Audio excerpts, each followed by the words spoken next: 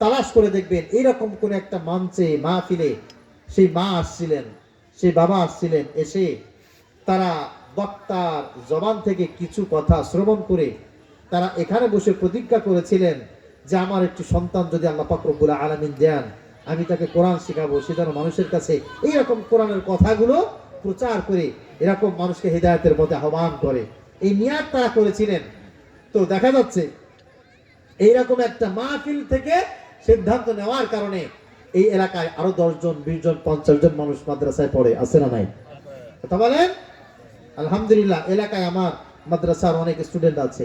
সে অভিভাবকরাও এইরকম মাহফিলে গিয়ে অনেকে আমার জবান থেকে, অনেকে অন্যান্য আলেমদের জবান থেকে তারা কথা শুনে তারা সিদ্ধান্ত নিয়েছে যে আমার সন্তানকে মাদ্রাসায় পড়াবো। এই জন্য মাহফিলকে যদি আপনারা শুধু মাহফিল মনে করেন তাহলে ভুল করবেন, অনেক বড় ভুল করবেন। এটা হচ্ছে কুরআনুল কারীমের বাসস্থান, এটা হচ্ছে জান্নাতের ফার্স্ট স্টেপ, এটা হচ্ছে রবের সান্নিধ্য পাওয়ার জন্য প্রাইমারি সেকশন। আমি ধন্যবাদ জানাচ্ছি এই মাহফিলকে যারা এই পর্যন্ত পৌঁছে দিয়েছেন, এটার জন্য যারা সার্বিক দিক দিয়ে সহযোগিতা করেছেন, সকলকে ধন্যবাদ জানাচ্ছি। আর দোয়া করছি আল্লাহ পাক রব্বুল আলামিন এলাকার জীবিত মৃত সব মানুষকে এই মাহফিলের ওসিলায় কবুল করে নেন, মাফ করে দেন। সকলে পড়ি আল্লাহুম্মা আমিন। প্রিয় হাজিরিন, আমরা ইনশাআল্লাহ আল্লাহ পাক রব্বুল আলামিনের কালাম থেকে কথা শুনবো। আল্লাহ পাক রব্বুল আলামিন কোরআনুল কারীমের ভিতরে আমাদের পার্থিব জীবন এবং পরলৌকিক জীবন এটা তিনি ফুটিয়ে তুলেছেন। আমরা দুনিয়ায় ছিলাম না, আমরা দুনিয়ায় আছি। আল্লাহ পাক রব্বুল আলামিন বলছেন যে তোমাদেরকে দুনিয়ায় অনেক নিয়ামত দেওয়া হয়েছে। এই নিয়ামতগুলো কেন দেওয়া হয়েছে, এই নিয়ামতগুলোর ফলাফল কি, এই নিয়ামতগুলোর ভবিষ্যৎ কি, এটা আল্লাহ পাক রব্বুল আলামিন আমাদেরকে বর্ণনা করেছেন। এই বর্ণনাটা না বুঝে অনেকে হিতে বিপরীত কিছু কথা বলেন। যেমন আল্লাহ পাক রব্বুল আলামিন আমাদেরকে নামাজের জন্য বলেছেন। অনেকে বলে যে এত ব্যস্ততা আল্লাহ তাআলা দিয়েছেন, এই পেটের ধান্দা যদি আল্লাহ তাআলা না দিত তাহলে আল্লাহর সমস্যা ছিল কি? আমরা এই পেটের ধান্দা করতে গিয়েই তো পরে খেতে কাজ করতে হয়, ভ্যান চালাতে হয়, অটো চালাইতে হয়, অফিস করতে হয়, অনেকের কাছে গিয়ে আমাদের সময় দিতে হয়, যার কারণে আমরা নামাজ ঠিক মতো সময় পড়তে পারি না। তো কি হতো যদি আমরা নামাজটা সময় মতো টাইম নিয়ে বেশি করে পড়তে পারতাম, যদি আমাদের পেটের চিন্তা না থাকতো? অনেকে এরকম কথা বলে না? বলে। আবার অনেকে বলে এই যে ছেলে মেয়ে এগুলোকে মানুষ করতে গিয়ে আমাদের জীবন সব একেবারে ধূলিসাৎ হয়ে গেল, আছে না নাই? আল্লাহ তাআলা আমাকে বাড়াইছে, আমার ছেলে মেয়ে যদি দুনিয়ায় না থাকতো কত ভালো হতো, আমার তো এত টেনশন করার দরকার হতো না। তো ছেলে মেয়েকে ঢাল বানায়, স্ত্রী সন্তানকে ঢাল বানায়, টাকা পয়সাকে ঢাল বানায়, ক্ষমতাকে ঢাল বানায়, রাজনৈতিক হিংসা প্রতিহিংসা এইগুলোকে ঢাল বানায়, যে এগুলো যদি না থাকতো তাহলে আমরা দিনের পথে খুব সুন্দরভাবে চলতে পারতাম। তো আপনাদের কাছে মনে হয় কি এই কথাটা কি ঠিক? না। আল্লাহ পাক রব্বুল আলামিন এই বিষয় আমাদেরকে চমৎকার কিছু কথা বলেছেন। আসুন সেই কথাগুলো আমরা শুনি, আমরা মানার চেষ্টা করি আমলের নিয়াতে। আল্লাহ পাক রব্বুল আলামিন কবুল করুন। সকলে পড়ি আল্লাহুম্মা আমিন। আল্লাহ পাক রব্বুল আলামিন বলছেন যুইয়িনা লিন-নাস হুব্বুশ শাহাওয়াতি মিনান নিসাই ওয়াল বানিনা ওয়াল কানাতিরিল মুকান্তারা মিনাদ যাহাবি ওয়াল ফিদ্দাতি ওয়াল খাইলিল মুসাওয়ামা ওয়াল আনআমি ওয়াল হারথ যালিকা মাতাউল হায়াতিদ দুনিয়া ওয়াল্লাহু ইনদাহু হুসনুল মাআব। সকলে আগেই বলেন আলহামদুলিল্লাহ। আল্লাহ পাক রব্বুল আলামিন বলেন তোমাদেরকে দুনিয়ায় প্রেরণ করা হয়েছে।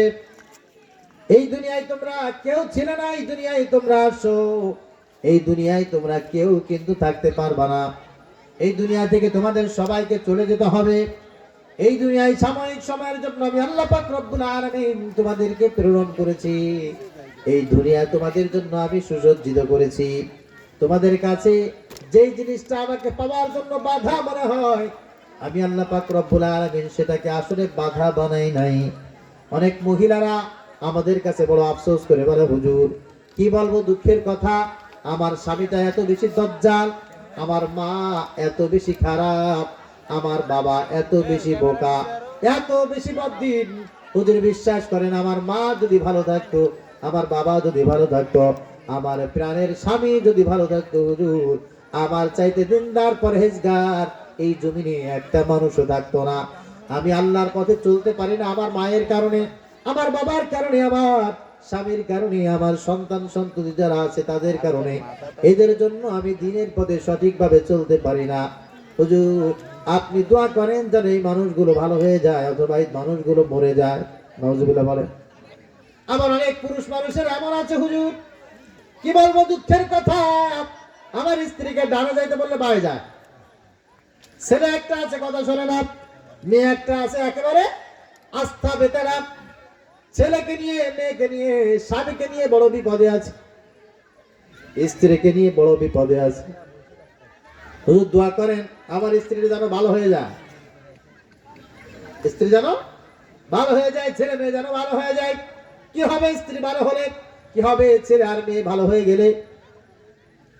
বলে হুজুর আমি একেবারে জীবন চিল্লায় চলে যাব, আমি তাবলীগ জম্মের করা করব, পীর সাহেবের মুরিদ হব, জিকির ধর্ম তো আর ছাড়বো, আমি মসজিদে ঢুকবো তো আর বের হবো না, একেবারে কঠিন আল্লাহওয়ালা হয়ে যাব।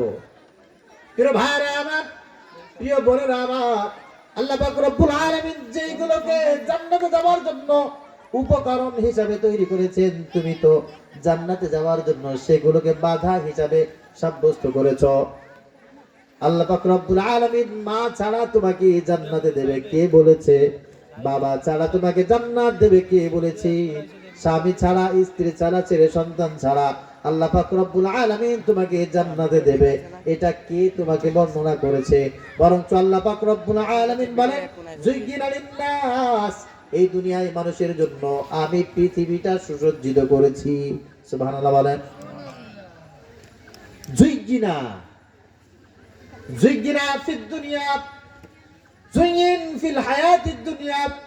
আল্লাহ পাক রব্বুল আলামিন এই দুনিয়া সাজিয়েছেন, দুনিয়া সুসজ্জিত করেছেন। দুনিয়ায় আল্লাহ পাক রব্বুল আলামিন জান্নাতে যাওয়ার জন্য উপকরণ হিসাবে দুনিয়াকে আল্লাহ পাক রব্বুল আলামিন তিনি তৈরি করেছেন।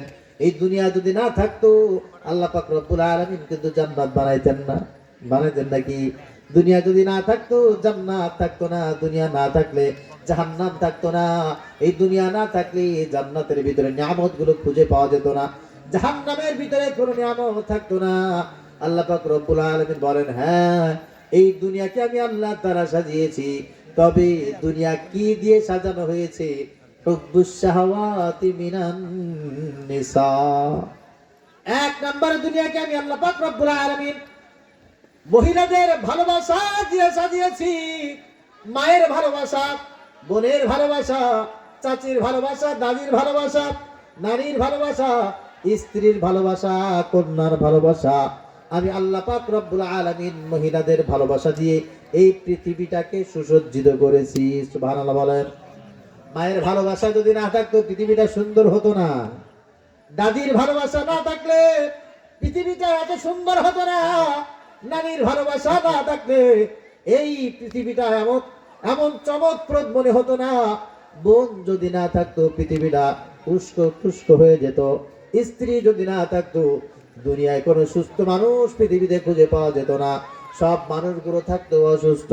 আল্লাহ পাক রব্বুল আলামিন বলেন হুব্বুস শাহাওয়াতি মিনান নিসা, নারীদের প্রতি একটা ভালোবাসা, নারীদের পদাচারণা, নারীদেরকে দিয়ে আমি আল্লাহ পাক রব্বুল আলামিন এই দুনিয়া সুসজ্জিত করেছি। আল্লাহু আকবার বলেন।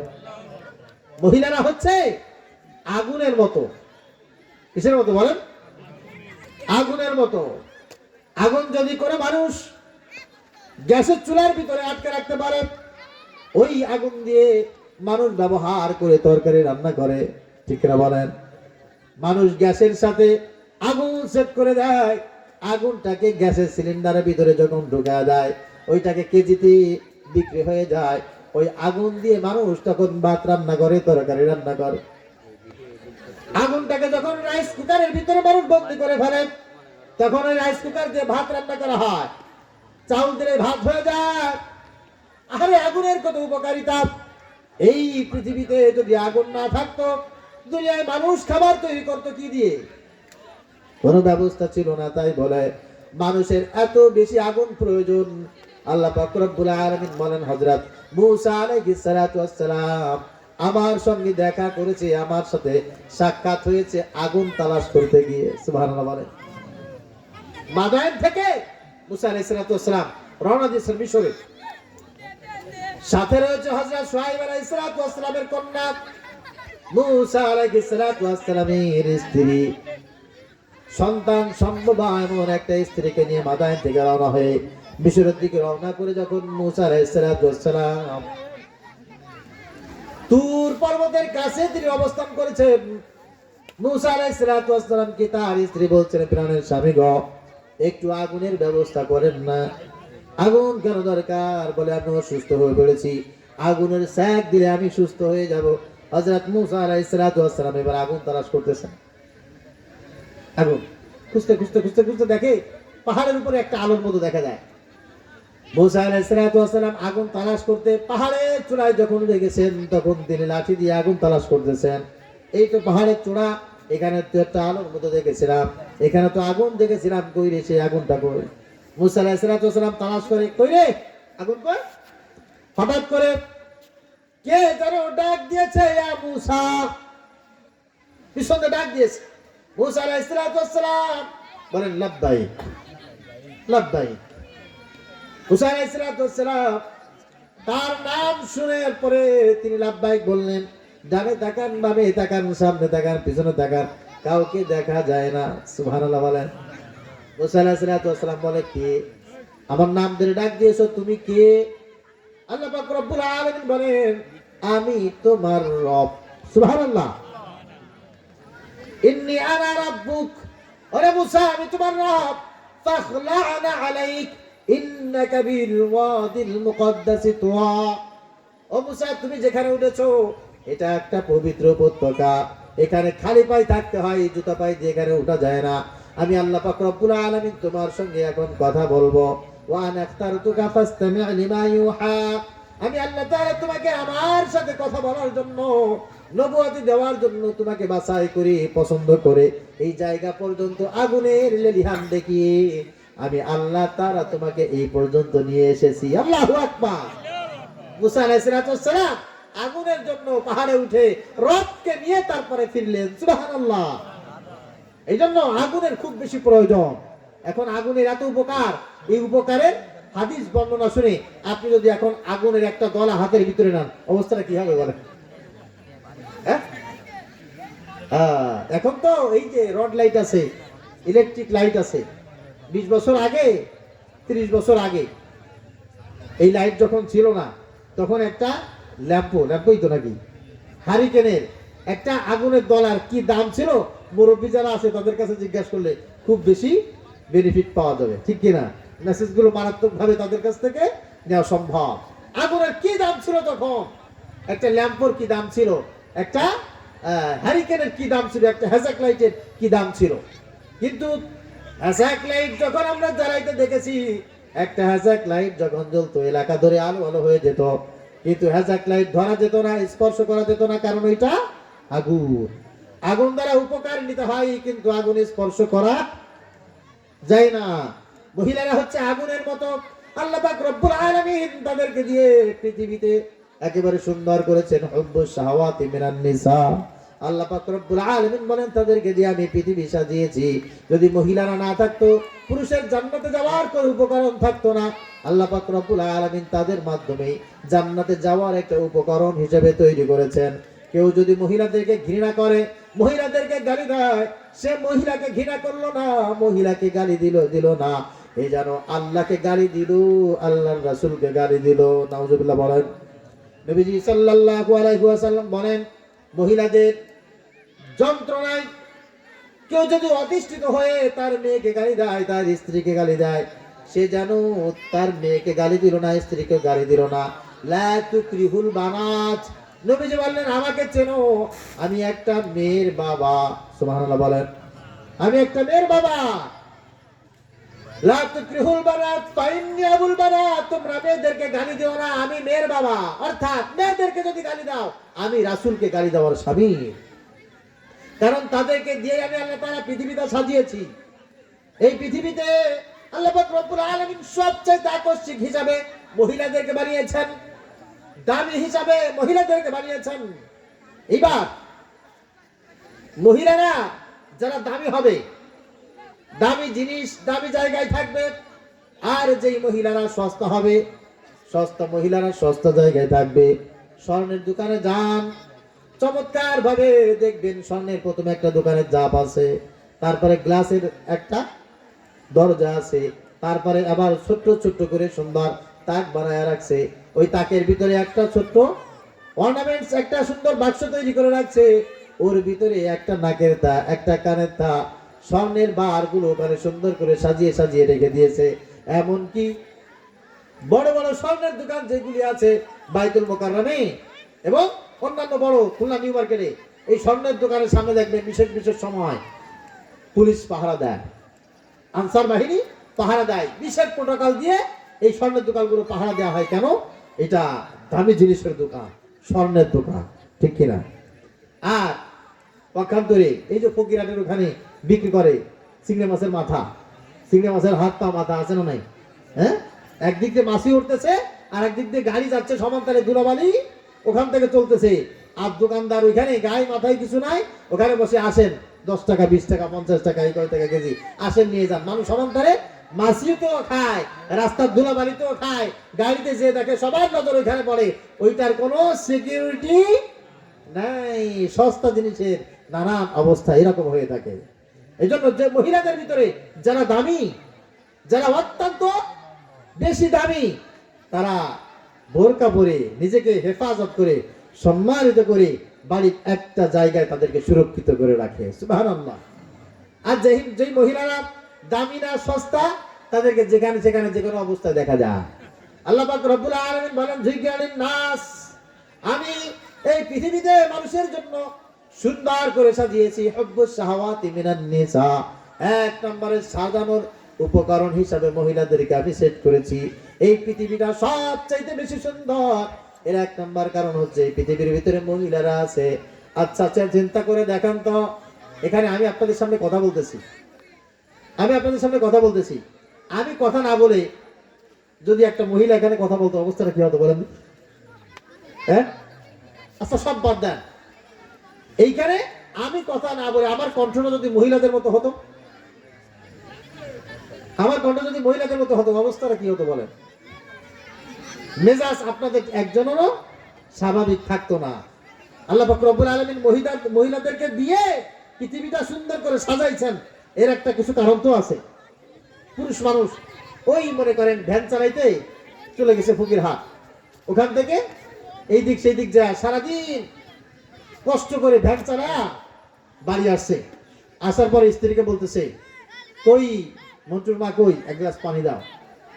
অথবা বাড়ি ঢুকে সালাম দিয়েছে, তো সালামের জবাবটা যখন মহিলা দিয়েছে, ওয়ালাইকুম আসসালাম, জি মন্টুর বাবা আমি আসছি, অপেক্ষা করেন, একটু দাঁড়ান আমি আসতেছি। মহিলারা সুন্দর করে কোমল মিষ্টি ভাষায় যখন বলে, তখন বেটা চিন্তা করে, হ্যাঁ ঠিক আছে, সারাদিনের কষ্ট আমার সার্থক, ঠিক কিনা? আর মহিলারা যদি আমার মতো এরকম পুরুষের কণ্ঠ দিয়ে বলতো, হ্যাঁ ওয়ালাইকুম আসসালাম, হ্যাঁ দাঁড়ান আসতেছি, তাহলে অবস্থাটা কি হতো বলেন? তাহলে বেটা চিন্তা করতে, হাই হাই সারাদিন কষ্ট করে আসছি, বেটা আবার কেমনে কথা কয়, মহিলা আবার কেমনে কথা কয়। মহিলারা যখন সুন্দর করে সালামের জবাব দিয়ে একটু মিষ্টি হেসে পুরুষের সামনে বলে, জি মন্টুর বাপ দাঁড়াও আসতেছি, আল্লাহ পাক রব্বুল আলামিনের তরফ থেকে এই পুরুষের কলিজার ভিতরে একটা ঠান্ডা হাওয়া হয়ে যায়, সারাদিনের কষ্ট মুহূর্তের ভিতরে মিলান হয়ে যায়। সুবহানাল্লাহ। তাহলে মহিলাদেরকে দিয়েই তো আল্লাহ তাআলা পৃথিবীটা সুন্দর করেছেন, সাজিয়েছেন। একজন পুরুষের হার মেহনত পরিশ্রম সবকিছু মিলান হয়ে যায়। ঘরে এসে যখন তার স্ত্রীর সঙ্গে দুটি কথা বলে, স্ত্রী যখন মুস্কি হেসে কোমল কণ্ঠে স্বামীর সাথে ভাত আদান প্রদান করে, সারাদিনের কষ্ট মিলান হয়ে যায়। এই জন্য আল্লাহ পাক রব্বুল আলামিন বলছেন যে আমি মহিলাদেরকে দিয়ে পৃথিবীতে সাজিয়েছি। মহিলারা যদি পৃথিবীতে না থাকতো, কোন পুরুষেরা এত কঠিন পরিশ্রম করতো না। নবীজি সাল্লাল্লাহু আলাইহি ওয়াসাল্লাম বলেন, শোনো, উহিব্বু ইলাইয়া মিনাদ দুনিয়া তালাস, আল্লাহ পাক রব্বুল আলামিন আমার কাছে যে ভালোবাসা দান করেছেন, আমার কাছে ভালোবাসার তিনটে জিনিস সবচাইতে এই দুনিয়ায় আমার কাছে শ্রেষ্ঠ, তিনটে জিনিস আমার কাছে বেশি প্রিয়। এক নম্বর হচ্ছে সুগন্ধি। আমি নবী সাল্লাল্লাহু আলাইহি ওয়াসাল্লামের কাছে সবচাইতে বেশি প্রিয়। আতর ব্যবহার করা সুন্নাত। আতর ব্যবহার করা কি? এই সুন্নাত এখন পুরুষেরা কম ব্যবহার করে, মহিলারা বেশি ব্যবহার করে। এখানে টেস্ট করেন না, আপনি চেক করেন, দেখবেন বেশি এক দুইজন পাইতে পারেন, নাও পাইতে পারেন যারা আতর ব্যবহার করে, ঠিক কিনা? আর এই মহিলারা যারা পিছনে বসে একেবারে বকবকুম বকবকুম করতেছে, দেখেন এখান থেকে পুরুষের একটা পুরুষের আওয়াজ আমার কানে আসে না, মহিলাদের আওয়াজ আওয়াজ ঠিকই আমার কানের ভিতরে আসতেছে, পিছনে বসে একেবারে মনে সুখে বকবকুম বকবকুম করতেছে। এই মহিলাদের ওখানে যান আপনি, যে দেখবেন অনেক মহিলারা, বেশিরভাগ মহিলারা কোনো না কোনো সেন্ট ব্যবহার করে আসছে। অথচ এখানে আমরা সামনে যারা আছি প্রত্যেকের জন্য আতর ব্যবহার করা সুন্নাত, আর মহিলারা যারা আছে প্রত্যেকের জন্য আতর ব্যবহার করা হারাম। আতর ব্যবহার করা কি মহিলাদের জন্য হারাম। হ্যাঁ, বিশেষ সময় বাড়ির ভিতরে যদি ব্যবহার করতে হয় করবে, কিন্তু আতর ব্যবহার করে মাহফিলে দেওয়া যাবে না, হারাম। আতর ব্যবহার করে ঘর থেকে বের হওয়া যাবে না, হারাম। নবীজি সাল্লাল্লাহু আলাইহি ওয়াসাল্লাম বলেন, আতিব সুগন্ধি ব্যবহার আমি নবীজি সাল্লাল্লাহু আলাইহি ওয়াসাল্লামের কাছে সব চাইতে বেশি প্রিয়। যারা সুগন্ধি ব্যবহার করে তাদের মন মানসিকতা ভালো থাকে, যারা সুগন্ধি ব্যবহার করে তাদের হাত ভালো থাকে, যারা আতর ব্যবহার করে তাদের স্মৃতিশক্তি ভালো থাকে, যারা আতর ব্যবহার করে তাদের চোখ, তাদের কান, তাদের শ্রবণ শক্তি, তাদের নাসিকা শক্তি সবকিছু আল্লাহ পাক রব্বুল আলামিন ভালো রাখেন। শুধু তাই না, যারা আতর বেশি বেশি ব্যবহার করবে পুরুষেরা, আল্লাহ পাক রব্বুল আলামিন তাদেরকে তারুণ্য বেশি দান করবেন। সুবহানাল্লাহ। এমন এমন আতর আছে যে আতরগুলো ব্যবহার করলে হার্টের অসুখ ভালো হয়ে যায়। দুবাই থেকে আমাকে এক বন্ধু এইটুকু একটা আতর হাদিয়া দিয়েছে, একেবারে সামান্য একটু, মনে করেন যে আমাদের দোকানে যদি কিনতে যান 20 টাকা হতে পারে এরকম। আমাকে বলতেছে, হুজুর এই আতরটুকুর দাম 1800 রিয়াল। আতরের দাম কত? 1800 রিয়াল। যারা আছেন রিয়ালের হিসাব যারা বোঝেন একটু দর কষাকষি করে হিসাব করে রিয়ালের দাম বের করে নিয়ে আতর ব্যবহার করলে কি হবে বলে, এই আতরটার নাম স্পেশাল একটা উদ। এই আতরটা ওই সমস্ত মানুষের জন্য যাদের হার্টে অসুখ আছে, যাদের হার্টে রিং পরানো, এই আতরটা যদি দৈনন্দিন সামান্য একটু সময় ব্যবহার করা যায়, আশা করা যায় আল্লাহ পাক রব্বুল আলামিন তার হার্টের অসুখ ভালো করে দিবেন। এক শিশি আতরের দাম 2 কোটি টাকা। এক শিশু আতরের দাম 2 কোটি টাকা। এগুলো কেন ব্যবহার করা হয়? ওষুধ হিসাবে ব্যবহার করা হয়। নবীজি সাল্লাল্লাহু আলাইহি ওয়াসাল্লাম সুগন্ধি পছন্দ, সুগন্ধি ব্যবহার করতে বলেছেন শুধুমাত্র এগুলো মানে ভালো গ্রান এই জন্য নাকি? না, ভালো গ্রান এই জন্য না, সুগন্ধি ব্যবহারের ভিতরে এমন কেরামতি আছে, এটা যখন মানুষ ব্যবহার করে মন মস্তিষ্ক ভালো হয়ে যায়। সুবহানাল্লাহ। তার লাইফটাই পরিবর্তন হয়ে যায়, জীবনটাই পরিবর্তন হয়ে যায়, অসুস্থ মানুষ সুস্থ হয়ে যায় আতর ব্যবহার করার কারণে। 2 নম্বরে আতিবুন নিসা। নবীজি সাল্লাল্লাহু আলাইহি ওয়াসাল্লাম বলেন, এই দুনিয়ায় যারা মহিলারা আছে, মা হিসাবে মহিলারা আমার কাছে খুব বেশি প্রিয়, বোন হিসাবে মহিলারা আমার কাছে খুব বেশি প্রিয়, স্ত্রী হিসাবে মহিলারা আমার কাছে খুব বেশি প্রিয়, বোন হিসাবে কন্যা হিসাবে মহিলারা আমার কাছে খুব বেশি প্রিয়। এর কারণ হিসাবে নবীজি সাল্লাল্লাহু আলাইহি ওয়াসাল্লাম হাদিসের ভিতরে অনেক কথা বর্ণনা করেছেন। সেই কথাগুলো হচ্ছে এমন, নবীজি সাল্লাল্লাহু আলাইহি ওয়াসাল্লাম বলেছেন, সন্তান যাদের আছে 2টা 4টা 5টা 6টা 10টা পুত্র সন্তান হয়েছে, কিন্তু এখনো পর্যন্ত একটা কন্যা সন্তান হয় নাই, নবীজি সাল্লাল্লাহু আলাইহি ওয়াসাল্লাম বলেন সে আসলে এখনো পর্যন্ত বাবাই হতে পারে নাই।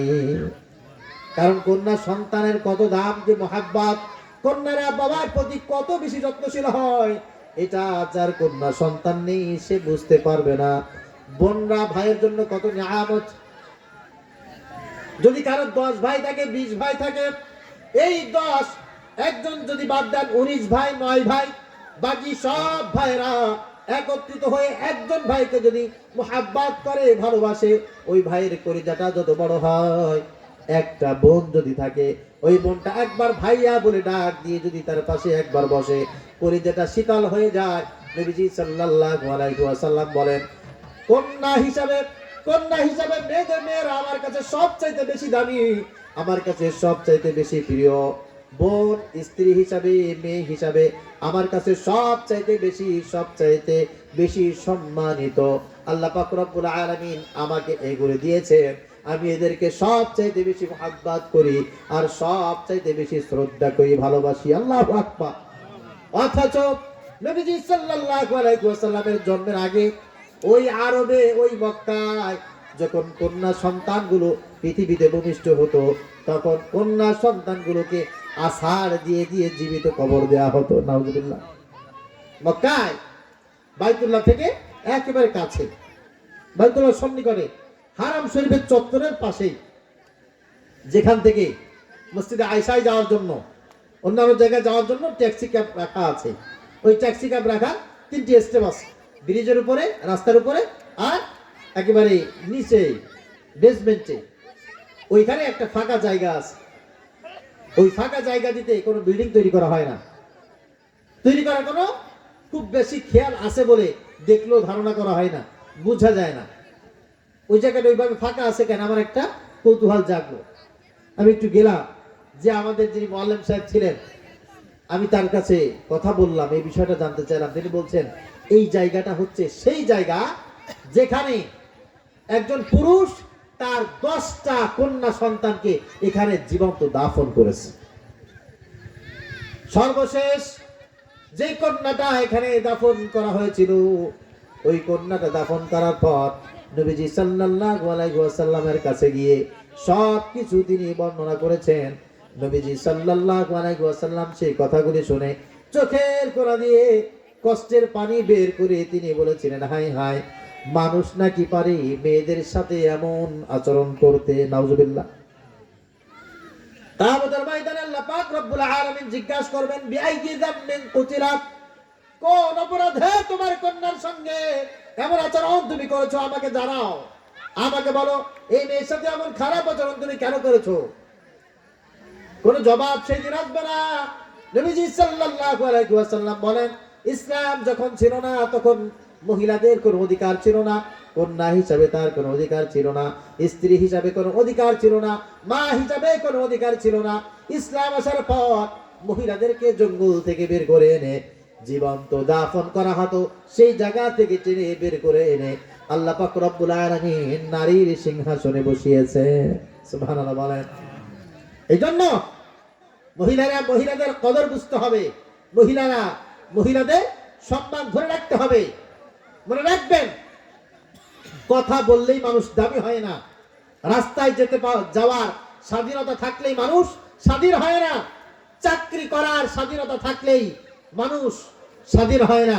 স্বাধীন হয় রবের হুকুম পালন করে শান্তিতে বসবাস করার স্বাধীনতা পাইলেই। ঠিক কিনা বলেন? আমাদের দেশের ভিতরে যে মহিলারা পর্দা করে, বোরকা পরে, এরা বেশি সিকিউরিটির ভিতরে থাকে, নিরাপদে থাকে, নাকি যারা ওপেন থাকে তারা বেশি নিরাপদে থাকে? কথা বলেন না কেন, বোঝেন না আপনারা? হ্যাঁ, যারা বোরকা পরে তারা বেশি নিরাপদ, নাকি যারা বোরকা ছাড়া চলে তারা বেশি নিরাপদ? তাহলে আপনারা কেন বোরকা পরবেন না? আপনার অধীনস্থ যারা আছে তাদেরকে কেন বোরকা পরতে বলবেন না? অবশ্যই বলবেন তাদেরকে, নিজেরা বোরকা পরবেন, তাদেরকে বোরকা পরতে বলবেন। এই কারণে করবেন, এটা তাদের জন্য সবচেয়ে বেশি নিরাপদ। আর অসভ্য শয়তান যারা আছে, এরা কোনোদিন কোনো অবস্থায় চায় না আমাদের মা বোনেরা হিসাবের ভিতরে আসুক, ইসলামের ভিতরে চলে আসুক। এরা কি তা চায়? কথা বলেন না, চায় না। এদেশে অসভ্য কিছু আছে না নাই? বলেন সবাই। এখন তো শিয়াল খুঁজ করে পাওয়া যায় না, রাতের বেলা চলতে গেলে মাহফিল থেকে ফেরার পথে 2-4টা শিয়াল দেখা যায়। তার শিয়াল দেখতে খুব ভালো লাগে, কিন্তু বিষয়টা হচ্ছে শিয়াল আমাদেরকে দেখার আগে একেবারে দূরে পালিয়ে যায়। তো শিয়াল গুলো চায় কি? মুরগিগুলো সব খাঁচার ভিতরে সিকিউরিটি দিয়ে আটকায়, তালা দিয়ে রাখেন। এটা কি শিয়াল চায়? শিয়াল চায় যে মালিক যেন কোন রকম ভাবে মুরগিগুলোকে ছেড়ে দিয়ে রাখে। মুরগিগুলো ছেড়ে দেওয়া থাকবে, উঠানে চড়াবে, বাড়ির পিছন থেকে হাঁটা চলাফেরা করবে, আর ওখান থেকে আমি মুরগিগুলো ধরে নিয়ে আমার ব্রেকফাস্ট হিসাবে, লাঞ্চ হিসাবে, ডিনার হিসাবে আমি মাশাআল্লাহ প্রতিদিন 3টা করে নিয়ে নেব। এটাই তো শিয়ালের কামনা, ঠিক কিনা? অসভ্য যারা আছে, শয়তান যারা আছে, এরা চায় মহিলারা যেন পর্দা না করে, মহিলারা যেন চাকরিতে চলে যায়, মহিলারা যেন ওপরে সব জায়গায় চলাফেরা করে, এরা যেন ইসলামী অনুশাসন মেনে না চলে, এই শয়তান বজ্জাতেরা এটাই চায়। এর কারণে তারাও হোটেলগুলোতে গিয়ে বড় বড় বোতল চালায়, তারা নারী নিয়ে মদ নিয়ে অবাধে তারা জীবন পরিচালনা করতে চায়। নারী স্বাধীনতার নামে নারীকে ভোগ করে, নারীকে পণ্য হিসাবে এই সমাজের ভিতরে তারা প্রতিষ্ঠিত করতে চায়।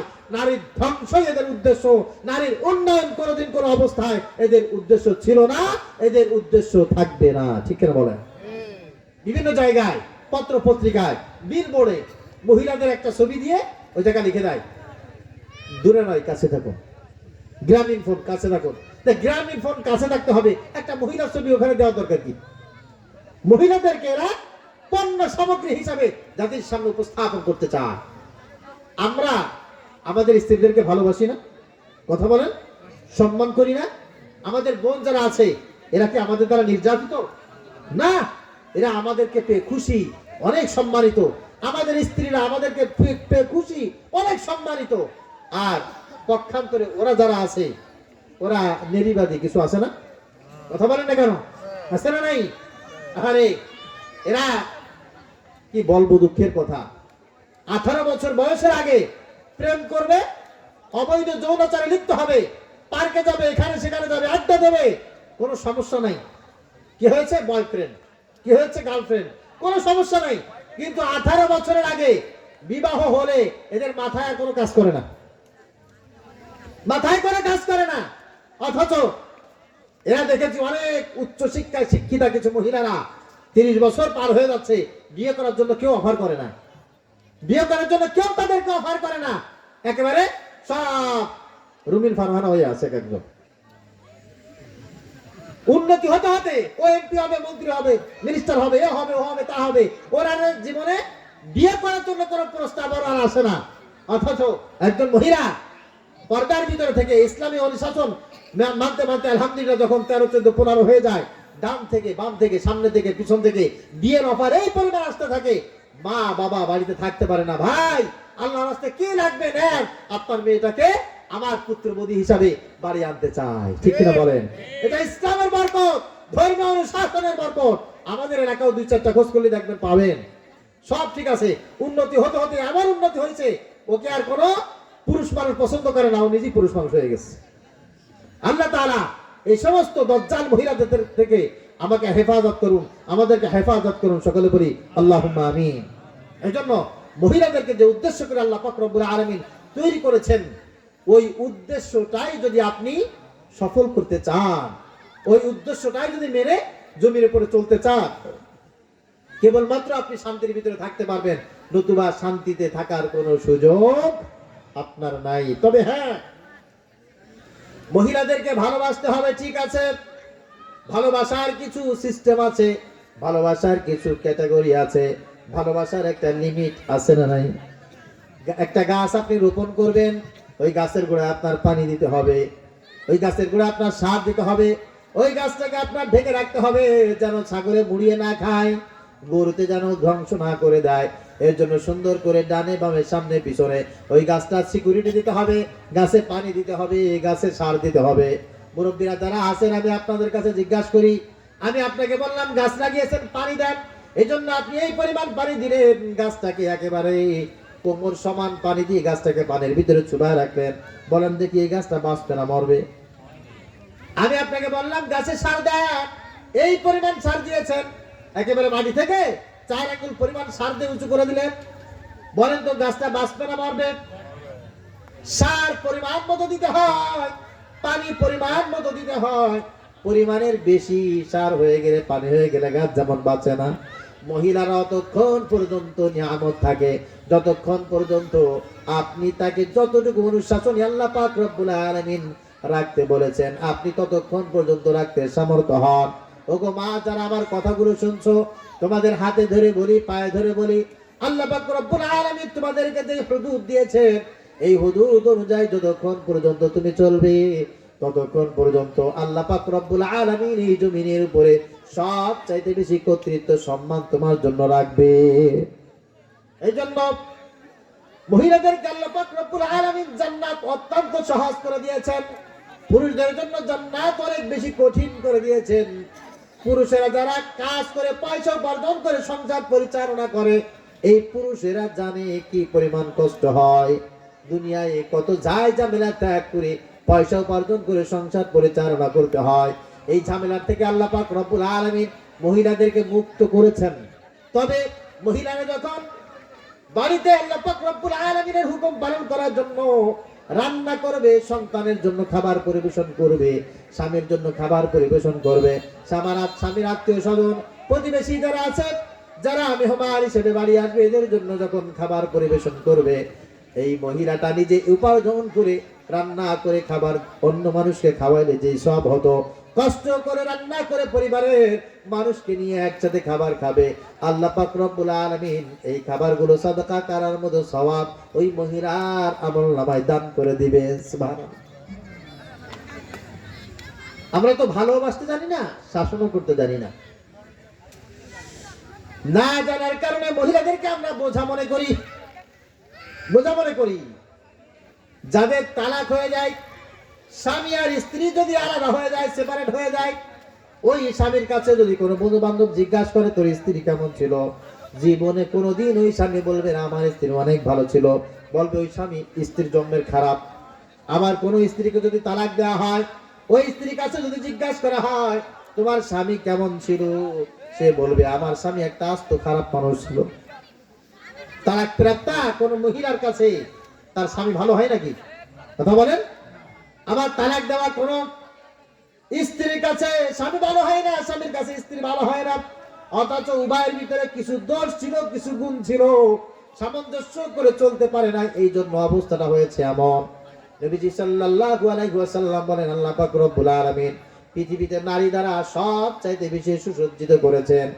মানুষ সারাদিন ক্ষেত খামারে কাজ করে তার স্ত্রীর মুখে হাসি ফোটানোর জন্য, মায়ের মুখে হাসি ফোটানোর জন্য সারাদিন কাজ করে, বোনের মুখে হাসি ফোটানোর জন্য, কন্যা সন্তানের মুখে হাসি ফোটানোর জন্য সারাদিন কাজ করে।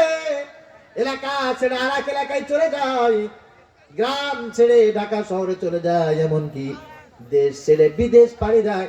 সারাদিন একেবারে জন্মের পরিমাণ খাটে শুধুমাত্র স্ত্রীর মুখে হাসি ফোটানোর জন্য, কন্যা সন্তানের মুখে হাসি ফোটানোর জন্য। আল্লাহ পাক রব্বুল আলামিন বলেন যুজ্ঞিরা লিন-নাস হুব্বুস শাহওয়াতি মিনান নিসা, মহিলাদের জন্য আমি আল্লাহ পাক রব্বুল আলামিন এই পৃথিবীটা অনেক বেশি সুন্দর করেছি। মহিলারা যখন আল্লাহ পাক রব্বুল আলামিনের হুকুম পালন করে চলবে, তখন আল্লাহ তাআলা ওই এলাকায়, ওই ঘরে, ওই দেশে সবকিছু সুন্দর করে ভালোবাসা দিয়ে ভরপুর করবেন। আর মহিলারা যদি আল্লাহর অনুশাসন মেনে না চলে, ওই ঘরের ভিতরে আল্লাহর রহমত থাকবে না, ওই এলাকায় আল্লাহর রহমত থাকবে না, ওই এলাকায় আল্লাহর রহমত থাকবে না। মহিলাদেরকে ভালোবাসতে হবে, কন্যা হিসাবে, বোন হিসাবে, স্ত্রী হিসাবে। মনে থাকবে ইনশাআল্লাহ? মনে থাকবে? সম্মান করবেন তাদেরকে। হ্যাঁ, কিছু বেটা মানুষ আছে খালি মহিলাদেরকে পিটা, গালাগালি করে, আছে না নাই? কিছু হইলেই গালাগালি। আরে গত মনে হয় 10-12 দিন আগে এই ফকিরহাট পাগলা দেয়া পড়ায় একটা লোক ভাত রান্না করতে দেরি হয়েছে, এর জন্য গরম পানি, গরম তরকারি যা আছে সব ধরে মহিলার গার পরে মেরে দিচ্ছে। জাতীয় পত্রিকায়, কয়েকটা টেলিভিশনে পর্যন্ত এই নিউজটা ভাইরাল হয়ে গেছে। এই ফকিরহাটে পাগলা কেন রে? কেন এরকম জালেম হবেন কেন আপনি? ভাত রান্না করতে একটু দেরি হয়েছে, এই জন্য তরকারি ধরে একেবারে গরমই ভাত মহিলার গার পরে মেরে দিবেন? আপনি মানুষ না? আপনি ওইরকম একটা মহিলার পেটে জন্ম নিয়েছেন না? ওইরকম একটা মহিলা আপনার মা ছিল না? আপনার বাবা যদি ওই মহিলাটাকে, আপনার মাকে এরকম নির্যাতন করতো, তাহলে আপনি পৃথিবীতে কিভাবে আসতেন? খবরদার, এরকম জালেম হবেন না, এরকম জালেম হবেন না। আবার মহিলারা, আপনাদেরকে বলছি, আপনারা একটু অলসতা কম করবেন। আমাদের মাদ্রাসা যখন এই শীতের দিনে মনে করেন সকাল 8টায় যদি ক্লাস নেই, তাও কয়েকজন মহিলা আছে তার বাচ্চাকে নিয়ে পৌঁছাতে দেরি করবে। 9টায় ক্লাস দেবেন, তাও দেরি করবে। 10টায় ক্লাস দিলেও দেরি করবে। কয়েকদিন আগে 9:30টায় ক্লাস ছিল, কয়েকজন আছে একেবারে হাবাইতে আসে, কিরে কি হয়েছে? ঘুম থেকে উঠতে দেরি হয়ে গেছে। 9:30টায় ক্লাস, ঘুম থেকে উঠতে দেরি হয়। বলে তোর মা ওটা নাই? বলে না মা, তো মাকে তো আমি ডেকে দিবি। বলে মা তাড়াতাড়ি, গাড়ি চলে আসতেছে, দ্রুত করে মাদ্রাসায় যেতে হবে। মাকে সন্তান ডেকে উঠায়। মহিলারা সকালবেলা এখন উঠে রান্না করতে চায় না। কোরআন তেলাওয়াত, নামাজ এগুলো তো পড়ে থাক, রান্না করে খাওয়াবে এটা পর্যন্ত সকালবেলা করতে চায় না। বেশিরভাগ বাচ্চাদেরকে 10 টাকা দিয়ে 20 টাকা দিয়ে বলে দেয়, ড্রাইভারকে যাও ওই দোকান পাইলে সামনে ওখান থেকে একটা পরোটা কিনে দিও, একটু ডাল কিনে দিও, ব্যাস খালাস। কেন আপনারা এত অলস কেন হবেন? যে মহিলারা ফজরের নামাজের পরে বাড়ি ঘুমায়, ওই বাড়ির ভিতরে জীবনে কোনোদিন রিজেকের বরকত আসবে না, আসবে না, আসবে না। রিজেকের বরকত হোক, আয় ইনকামে বরকত হোক, যদি আপনি চান ওই ঘরে মুসলমানেরা, মহিলারা বিশেষ করে বাদ ফজর ঘুমাইতে পারবে না। মনে থাকবে? মনে থাকবে ইনশাআল্লাহ। আল্লাহ তাআলা মনে রাখার মতো তৌফিক দান করুক। সকলে পড়ি আল্লাহুম্মা আমিন। ওয়াল বানিন, 2 নম্বর আল্লাহ পাক রব্বুল আলামিন বলেন, এই পৃথিবীটা আমি সুন্দর করেছি সন্তান দিয়ে, ছেলেদেরকে দিয়ে, মেয়েদেরকে দিয়ে পৃথিবীটা আমি সুন্দর করেছি। যদি কোনো মানুষের ছেলে না থাকতো, মেয়ে না থাকতো, এক কথায় যদি সন্তান না থাকতো, কোন পুরুষ শুধু শুধু ইনকাম করে তার স্ত্রীকে খাওয়াইতো না, আর স্ত্রীর এত জ্বালা যন্ত্রণা সহ্য করতো না। ঠিক কিনা বলেন? অনেক পুরুষকে আমি নিজে বলতে শুনেছি, তোমারে আমি কি রাখবো, তোমাকে আমি কি মহব্বত করব, কি থাকতে দিব আর খেতে দিব, কেবল যে আমার ছেলে মেয়ে দুটে মা হারা হয়ে যাবে, আমার ছেলে মেয়ে দুটে তোমাকে যদি না পাই অনেক কষ্ট পাবে, এই জন্য তোমাকে বাড়ি রাখি, আর তোমার দেওয়া সব অত্যাচার আমি সহ্য করি। আল্লাহ পাক রব্বুল আলামিন বলেন, আল মালু ওয়াল বানুনা জিনাতুল হায়াতিদ দুনিয়া, এই দুনিয়া আমি চাকচিক্যময় করেছি, সাজিয়েছি, গুছিয়েছি। একটা হলো সম্পদ দিয়ে, আর একটা হচ্ছে সন্তান দিয়ে।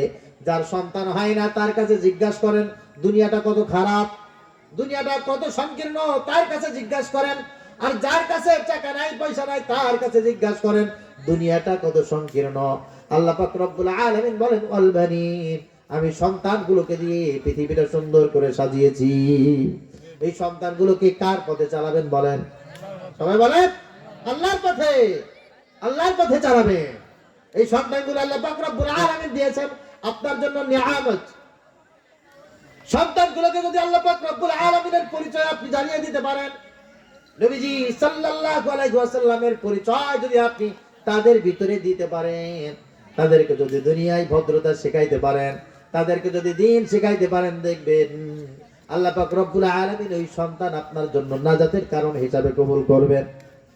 কিয়ামতের ময়দানে বহু পিতা মাতা জাহান্নামে চলে যাবে সন্তানের কারণে, আর বহু পিতা মাতা জান্নাতে চলে যাবে সন্তানের কারণে। আল্লাহ পাক রব্বুল আলামিন বলেন, রব্বানা ইন্না আতানা সাদাতানা ওয়া কুবারানা ফাদল্লুনা সাবিলা। কিয়ামতের ময়দানে এক শ্রেণীর সন্তানেরা যখন জাহান্নামের জন্য আদিষ্ট হয়ে যাবে, রব্বুল আলামিনকে ডাক দিয়ে বলবে, আল্লাহ তুমি আমার মাকে আর বাবাকে একটু আমার সামনে ডাক দাও, আমি আমার মাকে বাবাকে একটা লাথি মেরে তাদের বুকের উপরে পাড়া দিয়ে জাহান্নামের ভিতরে যাব। আল্লাহ পাক রব্বুল আলামিন তার মাকে হাজির করবেন, তার বাবাকে হাজির করবেন, ডেকে বলবেন, কি রে, এই যে তোমার মা, এই যে তোমার বাবা। রব্বুল আলামিনের কাছে সন্তান বলবে, আল্লাহ এই আমার সেই মা, এই আমার সেই বাবা, সকালবেলা আমাকে স্কুলে যাওয়ার জন্য বলেছে, আমি সকালবেলা খেয়ে না খেয়ে স্কুলে চলে গেছি, প্রাইমারি শেষ করেছি, আমাকে হাই স্কুলে পাঠিয়েছে, আমি সারা বছর কোনোদিন স্কুল কামাই করি না, আমি নিয়মিত স্কুলে গেছি, কলেজে পাঠিয়েছে, কলেজে গেছি, বিশ্ববিদ্যালয়ে পাঠিয়েছে, বিশ্ববিদ্যালয়ে আমি গেছি। আল্লাহ আমাকে আমার মা বাবা লেখাপড়া করার জন্য বিদেশ পাঠিয়েছে, আমি মা বাবার কথা শোনার জন্য বিদেশ চলে গেছি। শুধু তাই না, আমার মা বাবা আমাকে সম্পদ উপার্জনের জন্য যেই চাকরিতে জয়েন করতে বলেছে, আমি সেই চাকরিতে জয়েন করেছি। জীবনে কোনোদিন মায়ের কথা অবাধ্য হই নাই, বাবার কথার অবাধ্য হই নাই। যেই মায়ের কথায় 20 বছর লেখাপড়া করেছি, যেই মায়ের কথায় আমি দেশ ছেড়ে বিদেশ চলে গেছি, এই মা আমাকে রমাদানের মুবারকে রোজা রাখার জন্য কোনোদিন আমাকে তাকিদ করে নাই, 5 ওয়াক্ত নামাজ পড়ার জন্য তাকিদ করে নাই। যেই মায়ের কথায় আমি বছরকে বছর টাইম মতো ক্লাস করেছি, বিদেশ চলে গেছি, এই মা যদি আমাকে লেখাপড়ার জন্য যেই তাকিদ দিয়েছে, এই তাকিদটা যদি আমাকে নামাজ পড়ার জন্য দিত, রোজা রাখার জন্য দিত, দিন শিখার জন্য দিত, আল্লাহ আমি বেনামাজি হতাম না, আমি বেরোজগার হতাম না, আজকে আমি জাহান্নামে যেতাম না। আল্লাহ, এই মায়ের জন্য বাবার জন্য আমি আজকে বেনামাজি, এই মায়ের জন্য বাবার জন্য আজকে আমি বেরোজাদার না। আল্লাহ, মাকে বাবাকে আমার সামনে নিয়ে এসো। আল্লাহ, এই মাকে বাবাকে কলিজার উপরে লাথি মেরে তারপর আমি জাহান্নামে যাব। নাউজুবিল্লাহ বলেন। এই জন্য সন্তান আপনার জাহান্নামে যাওয়ার কারণ হবে কিয়ামতের ময়দানে। পক্ষান্তরে আল্লাহ পাক রব্বুল আলামিন সন্তানগুলোকে আপনার জন্য আমার জন্য নাজাতের দরিয়া হিসাবে কবুল করবেন। সন্তানের জন্য যেমন বাবা সারাদিন রাত কষ্ট করে পরিশ্রম করে দুনিয়ায় সবকিছু ত্যাগ করে সন্তানের জন্য সবকিছু কষ্ট সয়ে নেয় সন্তানের জন্য, কিয়ামতের ময়দানে এই সন্তান আবার আখিরাতের ময়দানে তার জন্য নাজাতের কারণ হবে। কেমন করে কারণ হবে? নবীজি সাল্লাল্লাহু আলাইহি ওয়াসাল্লাম বলেন, ইদা মাতাল ইনসান ইনকাতা আনহু আমালুহু ইল্লা মিন সালাসা। মানুষ যখন দুনিয়া থেকে চলে যায় তখন ভালো কাজ আর খারাপ কাজ সব কাজ করার জন্য তার দরজাগুলো চিরতরে বন্ধ হয়ে যায়। তবে হ্যাঁ, তিনটি মাত্র জিনিস আছে এমন, ওই মানুষটা মরে গেল এই তিনটি রাস্তা জড়িয়া থাকে, জারি থাকে, এগুলো চলতেই থাকে। এক নম্বরে ইল্লা মিন সাদাকাতিন জারিয়া, এমন কোন কাজ যেই কাজগুলো সাদাকায়ে জারিয়া। একটা রাস্তা করেছে, একটা কালভার্ট করেছে, একটা টিউবওয়েল পুঁতে রেখে দিয়েছে, একটা মসজিদ নির্মাণ করেছে, মাদ্রাসা নির্মাণ করেছে, একটা গাছ রোপণ করেছে, এমন কোন কাজ ওই লোকটা দুনিয়া থেকে চলে যাওয়ার পর ভালো এই কাজগুলো চলমান বহমান রয়েছে, ওই কাজ যতদিন পর্যন্ত চলতে থাকবে আল্লাহ পাক রব্বুল আলামিন ততদিন পর্যন্ত তার কবরে সব পৌঁছে দিতে থাকবেন। সুবহানাল্লাহ। দুই নম্বরে আও ইলমিন ইউনতাফাউ বিহি, এমন কোন কথা এমন কোন উপকারী এনে মানুষের সামনে প্রচার করে দিয়েছে, ওই মানুষটা দুনিয়া থেকে চলে গেছে সত্য, কিন্তু মানুষ তার ইলম তার আমলের মাধ্যমে তার কথার মাধ্যমে দুনিয়ায় অনেক অনেক অনেক বেশি উপকার হাসিল করছে। যেমন ধরেন, আমি মাঝে মাঝে অবাক হয়ে যাই, নিজে আমি অবাক হয়ে যাই। আল্লামা দেলাওয়ার হোসেন সাইদি রাহমাতুল্লাহি আলাইহি, চরমনার মরহুম পীর সাহেব হুজুর রাহমাতুল্লাহি আলাইহি, এছাড়াও নাম জানা না জানা অনেক মানুষ, অনেক বক্তা এমন আছে যে বক্তাগুলো দুনিয়া থেকে চলে গেছে। ইউটিউব খুললে, ফেসবুক খুললে, ইন্টারনেটের ভিতরে তাদের ওয়াজ আছে না নাই? কথা বলেন। এখনো পর্যন্ত তাদের ওয়াজ শুনে মানুষ কান্নাকাটি করে। আরে দুনিয়া থেকে মানুষটা চলে গেছে, কিন্তু তার বয়ান শুনে মানুষ এখনো পর্যন্ত কান্নাকাটি করে, ইলম হাসিল করে, ঈমান চাঙ্গা করে, মজবুত করে। যতদিন পর্যন্ত তার কথাগুলো ইন্টারনেটের ভিতরে থাকবে, মানুষ যতদিন পর্যন্ত তার কথাগুলো শুনে শুনে আমল করবে, ওই মানুষটা কবরের ভিতরে শুয়ে থাকবে। বলেন দেখি, সওয়াব কবরের ভিতরে যাবে কি যাবে না? যিনি বুখারী শরীফ লিখেছেন, মুসলিম শরীফ যিনি লিখেছেন, আরে এমনি করে ইসলামী সুন্দর সুন্দর কথা যারা ছড়িয়ে দিয়েছে, সুন্দর সুন্দর কথাগুলো যারা পাবলিশিটি করেছে, এই কথাগুলো, এই কিতাবগুলো, এই বইগুলো যতদিন পর্যন্ত থাকবে, যারা ইসলামী গান গেয়েছে, সুন্দর সুন্দর ইসলামী গান, আহারে আইনুদ্দিন আল আজাদ রাহমাতুল্লাহি আলাইহি চমৎকার করে ইসলামী সঙ্গীতগুলো গাইতেন।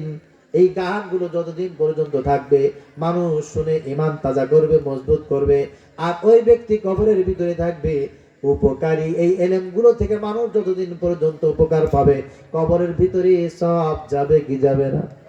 তিন নম্বরে আওয়ালাদিন সালিহিন ইয়াদউলা, কিছু রেখে যেতে পারেন নাই, একটা ছেলে রেখে গেছেন, একটা মেয়ে রেখে গেছেন।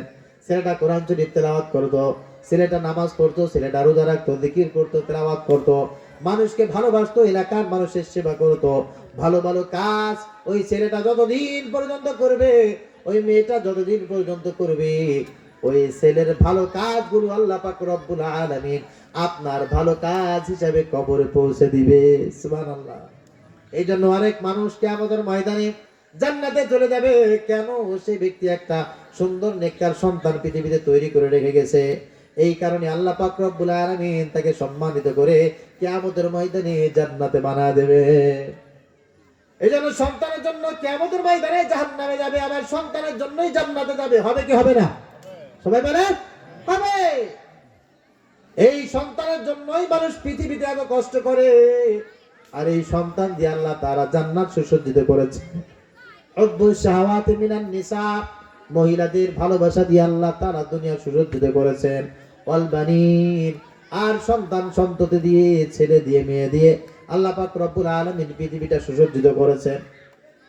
আল কানাতিরিল মুকান্তরা, খুব খেয়াল করে বুঝতে হবে। আল কানাতিরিল মুকান্তরা, গচ্ছিত ধনভাণ্ডার, ব্যাংক, বীমা, অফিস, আদালতে অনেক ধরনের টাকা পয়সা মানুষ জমা রাখে। এইগুলোর প্রতি মানুষের আকর্ষণ আছে না নাই? এই দুনিয়ায় পাগল ছাড়া আর ছোট্ট অবুঝ বাচ্চা ছাড়া এমন কোন মানুষ পাওয়া যাবে না যে মানুষটা বলবে আমার টাকা লাগবে না, টাকার প্রতি আমার কোনো মহাব্বত নাই, আমার কোনো টান নাই। এমন মানুষ পৃথিবীতে খুঁজে পাওয়া যাবে না। টাকার প্রতি মহাব্বত, টাকার প্রতি টান, এটা আল্লাহ পাক রব্বুল আলামিন নিজেই সৃষ্টি করেছেন। এটা দিয়ে আল্লাহ তাআলা দুনিয়াকে সুসজ্জিত করেছেন। এই টাকাও হচ্ছে আর একটা জিনিস। সেটা কি? টাকার জন্য পৃথিবীতে মানুষ ভালো কাজ করতে পারে, আবার টাকার জন্য মানুষ খারাপ কাজ করতে পারে। যদি কোনো মানুষ গাঁজা খায়, গাঁজা খাইতে টাকার দরকার আছে না নাই? হঠাৎ করে আমরা শুনি বুড়ি বটতলার মসজিদের যে দান বাক্স আছে, দান বাক্স টাকা চুরি করে নিয়ে গেছে। পরের দিন ধরা গেছে কে? অমুক গাঁজাখোর, ওর গাঁজা খাওয়ার টাকা নাই, সেজন্য মসজিদের দান বাক্স টাকা চুরি করে নিয়ে গেছে। বাহিদা রেল স্টেশন মসজিদের মাইকের আজান দেওয়ার যে ব্যাটারি আছে, এই ব্যাটারি চুরি করে নিয়ে গেছে। পরে জানা গেল ওই এলাকায় একজন গাঁজাখোর আছে, তার গাঁজা খাইতে সমস্যা, গাঁজা খাওয়ার টাকা নাই, সেজন্য মসজিদের মাইক, তার ব্যাটারি ইন্না লিল্লাহি ওয়া ইন্না ইলাইহি রাজিউন হয়ে গেছে। বোঝা গেল এক কথায়, টাকার জন্য মানুষ চুরি করে। কিসের জন্য? সবাই বলেন, টাকার জন্য। কারণ খারাপ কাজ করার জন্য টাকার দরকার। গাঁজা খাইতে টাকার দরকার, সিগারেট খাইতে টাকা দরকার, ইয়াবা খাইতে টাকা দরকার, মদ খাইতে টাকা, মেলা চালাইতে হবে তার জন্য টাকা দরকার, লটারি করতে হবে এর জন্য টাকা দরকার, সিনেমা দেখতে হবে তার জন্য টাকা দরকার, মোবাইলে এমবি কিনতে হবে তার জন্য টাকা দরকার। আরে আজকে দেখলাম একটা ছেলে, ইয়াং একটি ছেলে, তার মাকে আরে উল্টা পাল্টা পিটাচ্ছে, মারতেছে, আর বলতেছে টাকা দিবি কিনা বল। নাউজুবিল্লাহ বলেন, টাকা দিবি কিনা বল, আমার মোবাইলে এমবি নাই, আমি গেম খেলতে পারতেছি না, আমি ইন্টারনেট চালাইতে পারতেছি না, আর তুই টাকা নিয়ে ঘরের ভিতরে বসে থাকবি, টাকা দিবি কিনা বল। নাউজুবিল্লাহ বলেন। টাকার জন্য মানুষ কি না করে, আর খারাপ কাজ করার জন্য এই টাকা ব্যবহার করে। আর আল্লাহ পাক রব্বুল আলামিন বলছেন, টাকার প্রতি আমি মোহ তৈরি করেছি, গচ্ছিত ধন ভান্ডারের প্রতি আমি আল্লাহ তাআলা এই মোহ তৈরি করেছি। খারাপ কাজ যারা করে তাদের অনেক বেশি টাকা আছে, অনেক বেশি টাকা তাদের দরকার। এই দুনিয়ায় যত খারাপ কাজ আছে, সবচেয়ে টপ পজিশনে যদি আপনি কয়েকটা খারাপ কাজকে এক জায়গায় রাখেন, তাহলে দেখবেন এক নম্বরে মদ খাওয়া হচ্ছে একটা খারাপ কাজ, যেটা টাকা ছাড়া ফিরি ফিরি জীবনে কোনোদিন হয় নাকি বলেন? আপনারা যারা বাঙালি গ্রামের মানুষ তো সহজ সরল, এখানে যারা আছেন আলহামদুলিল্লাহ খুব সহজ সরল মানুষ। মদের দাম সম্পর্কে আপনাদের কোনো এলেম আছে? আমি ক্ষুদ্র মানুষ, আল্লাহ তাআলা কয়েকটা দেশে আমাকে সফর করার তৌফিক দিয়েছেন। সেখানে দেখেছি মদ কাহাকে বলে, কত প্রকার, কি কি। আমাদের দেশের নেতা গোতা যারা আছে না, আপনাদের দাদা বাবু টাবু যারা ছিল না, হঠাৎ করে দেখবেন কি হয়েছে, নেপাল গেছে ভ্রমণ করতে, দেখবেন যে ভ্রমণ করতে কোথায় গেছে, ভুটান গেছে, এই একটু দুবাই গেছে, আর কি একটু অমুক জায়গায় গেছে, যা কি করে জানেন, ওই মালটুস খা, বোতল ধরে ধরে মারে দেয়। এক এক বোতল 50 লাখ 60 লাখ টাকা পর্যন্ত এক বোতল মদের দাম, এক বোতল মদের দাম। আর একটা ট্যাবলেট, ও মাগো, এ তো এলাকায় যারা খায় তাদের কাছে জিজ্ঞাসা করলে বুঝবেন কোথায় কি অবস্থায় কয় টাকা হলে পাওয়া যায়। বলতে চাচ্ছি এটা, যে পৃথিবীতে সবচেয়ে দামি জিনিসের ভিতরে এটা একটা জিনিস, যা মানুষ হর হামেশা টাকা দিয়ে এটাকে ক্রয় করে এটা খায়, এটা দিয়ে নেশা করে। কিন্তু যারা নেশা করে আজ পর্যন্ত কেউ এটা বলে নাই যে এটা নেশা করে আমি খুব বেশি কিছু পেয়ে গেছি। আজকে নেশা করছে, নেশা যখন শেষ, টাকাও শেষ, পরের দিন আবার লাগবে, আবার লাগবে। আর একটা আছে, প্রেম করার জন্য টাকা দরকার। যুবক ছেলেরা যারা আছো, বাপের পকেট কয়বার কাটছো, বাপের সাথে কয়বার মিথ্যা কথা কইছো, কার গাছের কি কয়বার চুরি করছো গার্লফ্রেন্ডের জন্য, এরকম কিছু দরবেশ আছে না? কথা কেন আছে না নাই? বিশেষ বিশেষ মুহূর্তে আজকে এই ডে ওই ডে সেই ডে, এখানে কিছু গিফট কিনতে হবে, তা দিতে হবে, এ দিতে হবে, দিতে কিছু লাগবে না, ওই এর জন্য আর কি ভাইয়ের কাছ থেকে মিথ্যা কথা বলে নাই, মায়ের কাছ থেকে মিথ্যা কথা বলে নাই, বাবার কাছ থেকে মিথ্যা কথা বলে নাই, এমন কি কোচিং করে না, কোচিং এর ফিস গার্লফ্রেন্ডকে দান করে দিচ্ছে, সবের নিয়াতে আছে না নাই? এটা খারাপ কাজ যারা করে তারাও জানে খারাপ। এই পৃথিবীতে যত নেককার কাজ আছে, গুনাহের কাজ আছে, তার ভিতরে অন্যতম শ্রেষ্ঠ একটা গুনাহের কাজ হচ্ছে অবৈধ প্রেম প্রীতি আর ভালোবাসা।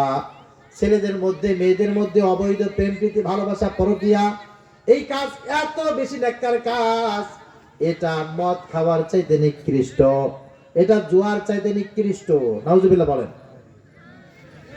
এটা চুরি করার চাইতে খারাপ, সন্ত্রাসী কর্মকাণ্ডের চাইতে খারাপ, মানুষ হত্যা করার চাইতে খারাপ, বলেন নাউজুবিল্লাহ। কি বলেছি? মানুষ হত্যা করার চাইতে খারাপ। আমাদের যুবক যুবতীরা যারা আছে এটাকে অপরাধী মনে করে না। এমনকি অনেক মা বাবা এমন আছে, ছেলেকে আর মেয়েকে বলে বাবা যেখানে সেখানে যাবা না, যেখানে সেখানে আড্ডা মারবা না, যদি কাউকে পছন্দ থাকে বলবা, দরকার হয় বাড়ি এনে তার সাথে আড্ডা দিবা, কিন্তু যেখানে সেখানে যে আমার সম্মান নষ্ট করবা না। এরকম অসভ্য বাবা মা আছে না নাই? কেন আপনার মেয়েকে ছেলেকে এই কথা বলে শিখাবেন নাকি? আপনাদের খারাপ লাগতেছে মনে হয় যে হুজুর এদিক যায়েন না। হ্যাঁ, বনে ইসরাইলের যুবক নবীজি সাল্লাল্লাহু আলাইহি ওয়াসাল্লাম বর্ণনা করেন, বুখারী শরীফের হাদিস, মুসলিম শরীফের হাদিস, মুত্তাফাকুন আলাইহি। বুখারী শরীফের ভিতরে আসছে, মুসলিম শরীফের ভিতরে আসছে, বনে ইসরাইলের ভিতরে ইমানদার মুত্তাকিন পরহেজগার একজন সুন্দরী যুবক রাস্তা দিয়ে প্রতিদিন যাইতো। ওই এলাকার সবচাইতে বড় টাকাওয়ালা ক্ষমতাসীন একজন ব্যক্তি ছিল, তার একটা কন্যা ছিল। ওই মেয়েটা প্রতিদিন সেই যুবককে ফলো করত। হঠাৎ করে একদিন তার বাড়ির চাকরকে ডেকে বলছে এই যুবককে ধরে নিয়ে আস। যুবককে ধরে এনে বাড়ির ভিতরে আটকিয়েছে। যুবক তুমি আমার সাথে প্রেম করবা? যুবকরা বলছে না, আমি তোমার সাথে প্রেম করতে পারবো না। কেন করবা না? বলে আমি আল্লাহকে ভয় করি। আল্লাহু আকবার। আমি আল্লাহকে ভয় করি, এই জন্য পরনারী আমি স্পর্শ করবো না, তোমার সাথে আমার কোনো ভালোবাসা নাই। তখন এই মহিষী রমণী বলছে তুমি যদি আমার সঙ্গে ভাব আদান প্রদান না করো, আমি তোমাকে এই বাড়ি থেকে বের হতে দেব না, তোমাকে আমি আর জীবনে কোনোদিন এখান থেকে জীবিত ফিরাবো না। যুবক তখন মাথা নিচু করে বলছে বাড়ি যায় আর না যায়, এখান থেকে ফিরি আর না ফিরি, আমি তোমার সঙ্গে প্রেম প্রীতি করব না, তোমার সঙ্গে আমি মেলামেশা করব না। অনেক কষ্ট করে নির্যাতন করে ওই মহিলা পুরুষকে যখন বাধ্য করতে পারে নাই, নবীজি সাল্লাল্লাহু আলাইহি ওয়াসাল্লাম বলেন তখন ওই মহিলা তার জন্য তিনটি অপশন দিয়েছে। যেহেতু সে ওই এলাকার সবচাইতে সম্ভ্রান্ত ফ্যামিলির একজন মহিলা, বলছে যুবক তুমি যখন আমার কথায় রাজি হবেই না, তখন তোমার সাথে আমার একটা কারণ, সেই কারণটা কি তুমি আমার সাথে প্রেম না করলে, খারাপ কাজ না করলে তোমার জন্য তিনটা অপশন। এক নম্বর অপশন এই যে একটা গোলাম আছে, আমার একটা চাকর আছে, তুমি এই চাকরটাকে মেরে ফেলো, একে হত্যা করো। দ্বিতীয় নম্বরে আমার সামনে যে এক বোতল মদ আছে, এই মদটা পান করো। তিন নম্বরে আমার সঙ্গে খারাপ আচরণ করো। এই তিনটার যে কোনো একটা না করে তুমি ঘর থেকে বের হতে পারবে না। যুবক তখন চিন্তা করতেছে আমি এখন কি করব, আমি তার সঙ্গে খারাপ কাজ করব। আল্লাহ পাক রব্বুল আলামিন বলেন ওয়ালা তাকরাবুজ জিনা ইন্নাহু কানা ফাহিশা ওয়া সাআ সাবিলা। আল্লাহু আকবার। আল্লাহ পাক রব্বুল আলামিন বলেন ব্যভিচারের নিকটবর্তী হবে না, অবৈধ প্রেম প্রীতি এইটার নিকটবর্তী হবে না। ওয়ালা তাকরাবুল ফাওয়াহিশা মা যাহারা মিনহা ওয়া মা বাতান। আল্লাহ পাক রব্বুল আলামিন বলেন অশ্লীলতার নিকটবর্তী তোমরা হবে না। আমার ক্লাস পড়ুয়া, হ্যাঁ, হাই স্কুল পড়ুয়া, কলেজ পড়ুয়া, ইউনিভার্সিটি পড়ুয়া, আমার ছেলে মেয়ে, আমার বোন, আমার ভাই, তোমাদেরকে বলছি খবরদার, জীবনে যদি মুসলমান হিসাবে মরতে চাও, অবৈধ প্রেম প্রীতির কাছেও তুমি যাবে না, অবৈধ ভালোবাসার নিকটবর্তী হবে না। তুমি যদি ঈমান নিয়ে মরতে চাও, আর পরকিয়া তো বাদই দিলাম। পরকিয়ার কাছে যাবেন নাকি? কথা বলেন। আল্লাহ আমার এই জাতিকে তুমি হেফাজত করো, সকলে বলি আল্লাহুম্মা আমিন। যুবক বলছে আমি এই মহিলার সাথে খারাপ কাজ করতে পারবো না, তাহলে আমি যুবকটাকে হত্যা করি, এই চাকরটাকে হত্যা করি। আল্লাহ পাক রব্বুল আলামিন কোরআনুল কারীমের ভিতরে বলছেন, মান কাতালা নাফসান বিগাইরি নাফসিন আও ফাসাদিন ফিল আরদ ফাকান্নামা কাতালান নাস জামিআ। যে ব্যক্তি অন্যায়ভাবে একজন মানুষকে হত্যা করলো, সে যেন একজন মানুষকে হত্যা করে নাই, তামাম বিশ্বের সব মানুষকে সে হত্যা করেছে। নাউজুবিল্লাহ বলে। একজন মানুষকে হত্যা করলে একজন মানুষকে হত্যা করা হয় না, তামাম বিশ্বের মানুষকে হত্যা করা হয়। কে বলেছেন? সবাই বলেন। এখন ও তো পারে ওই মহিলার দোহাই দিয়ে তাকে হত্যা করতে পারে না, যে আমাকে ওই মহিলা হত্যা করতে বলছে, আমার দোষ কি, অপরাধ কি? আল্লাহ পাক রব্বুল আলামিন এতে কি তাকে বাঁচিয়ে দিবেন নাকি? কথা বলেন। দেখুন ভাইয়ের আমার, আমার এলাকাবাসী, আপনারা আমার ইউনিয়নের মানুষ, আপনারা আমার এলাকার মানুষ, আমি আপনাদের একজন। আমি কোনো অবস্থায় আপনাদের অকল্যাণ হবে এমন কোন মেসেজ আমি আপনাদেরকে দেব? কথা বলেন। আমি মারা গেলে আপনারাই উপস্থিত হবেন আমার জানা যায়, আপনারা কেউ মারা গেলে হয়তো বা আমি আপনাদের জানা যায় উপস্থিত থাকবো। আপনারা আমার এলাকার মানুষ, আপনারা যারা বিবেক সম্পন্ন মানুষ, বিভিন্ন রাজনৈতিক সংগঠন করেন, সামাজিক কাজ যারা করেন, আপনারা অনেক সময় খারাপ কাজ করেন আর দলের দোহাই দিয়ে আপনারা সেগুলোকে অ্যাভয়েড করে চলতে চান।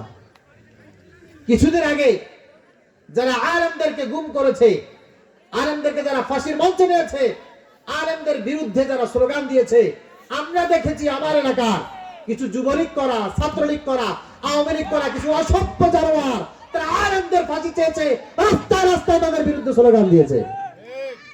আমি জিজ্ঞাসা করলাম, কিরে বন্ধু, কিরে ভাই, দল করতে পারো সেই জন্য আলেমদের বিরুদ্ধে এইভাবে তুমি স্লোগান দিবা? বলে হুজুর কি করি কি করি কি করব হুজুর, দল করি তো দলের স্বার্থে একটু করতে হয়। নাউজুবিল্লাহ বলেন। দলের স্বার্থে, পদের স্বার্থে, তোমার পদ টিকে রাখার জন্য তুমি আলেমদের বিরুদ্ধে স্লোগান দিবা? তুমি আলেমদের ফাঁসি কামনা করবা? তুমি আলেমদেরকে গুম করার জন্য তুমি বলবা? ইতিপূর্বে আমাদের পরিচয় ছিল আমরা জঙ্গি, আমরা রাজাকার, এই ছাড়া আমাদের কোনো পরিচয় ছিল না। ঠিক কিনা বলেন? একজন মানুষ নামাজ পড়ছে আমার পিছনে, তার দলের অপোজিশনে ইসলামের কথা বলতে বলতে যখন চলে গেছে, তখন আমাকে বলে জঙ্গি, তখন আমাকে বলে রাজাকার।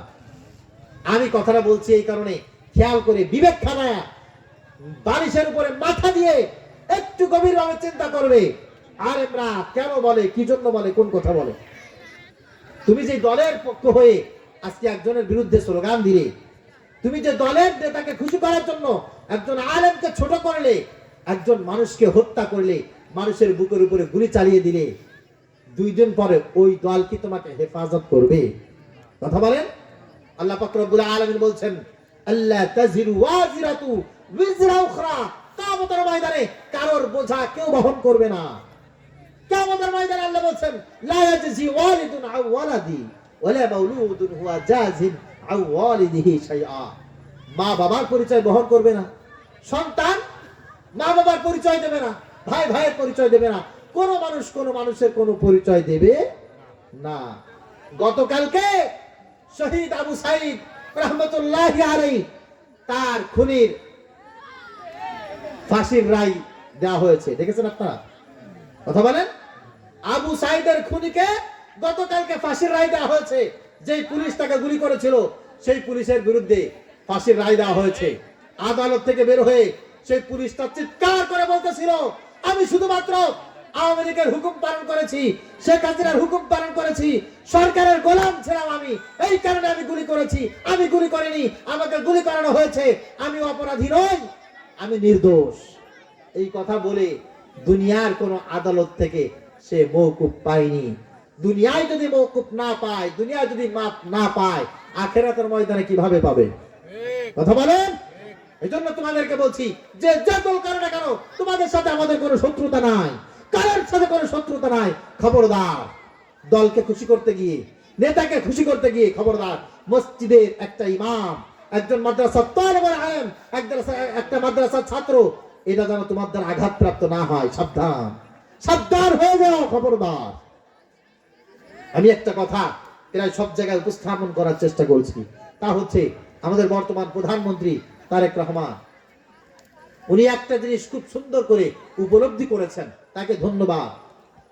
তা হচ্ছে এদেশে যদি বসবাস করতে হয়, থাকতে হয়, এদের যদি পরিচালনা করতে হয়, আল্লাহওয়ালা, দিনদার, পরহেজগার, ইমাম, উলামা একরাম যারা আছেন, তাদেরকে অসম্মান করে এই দেশে বসবাস করাও সম্ভব নয়, এই দেশ শাসন করাও সম্ভব নয়।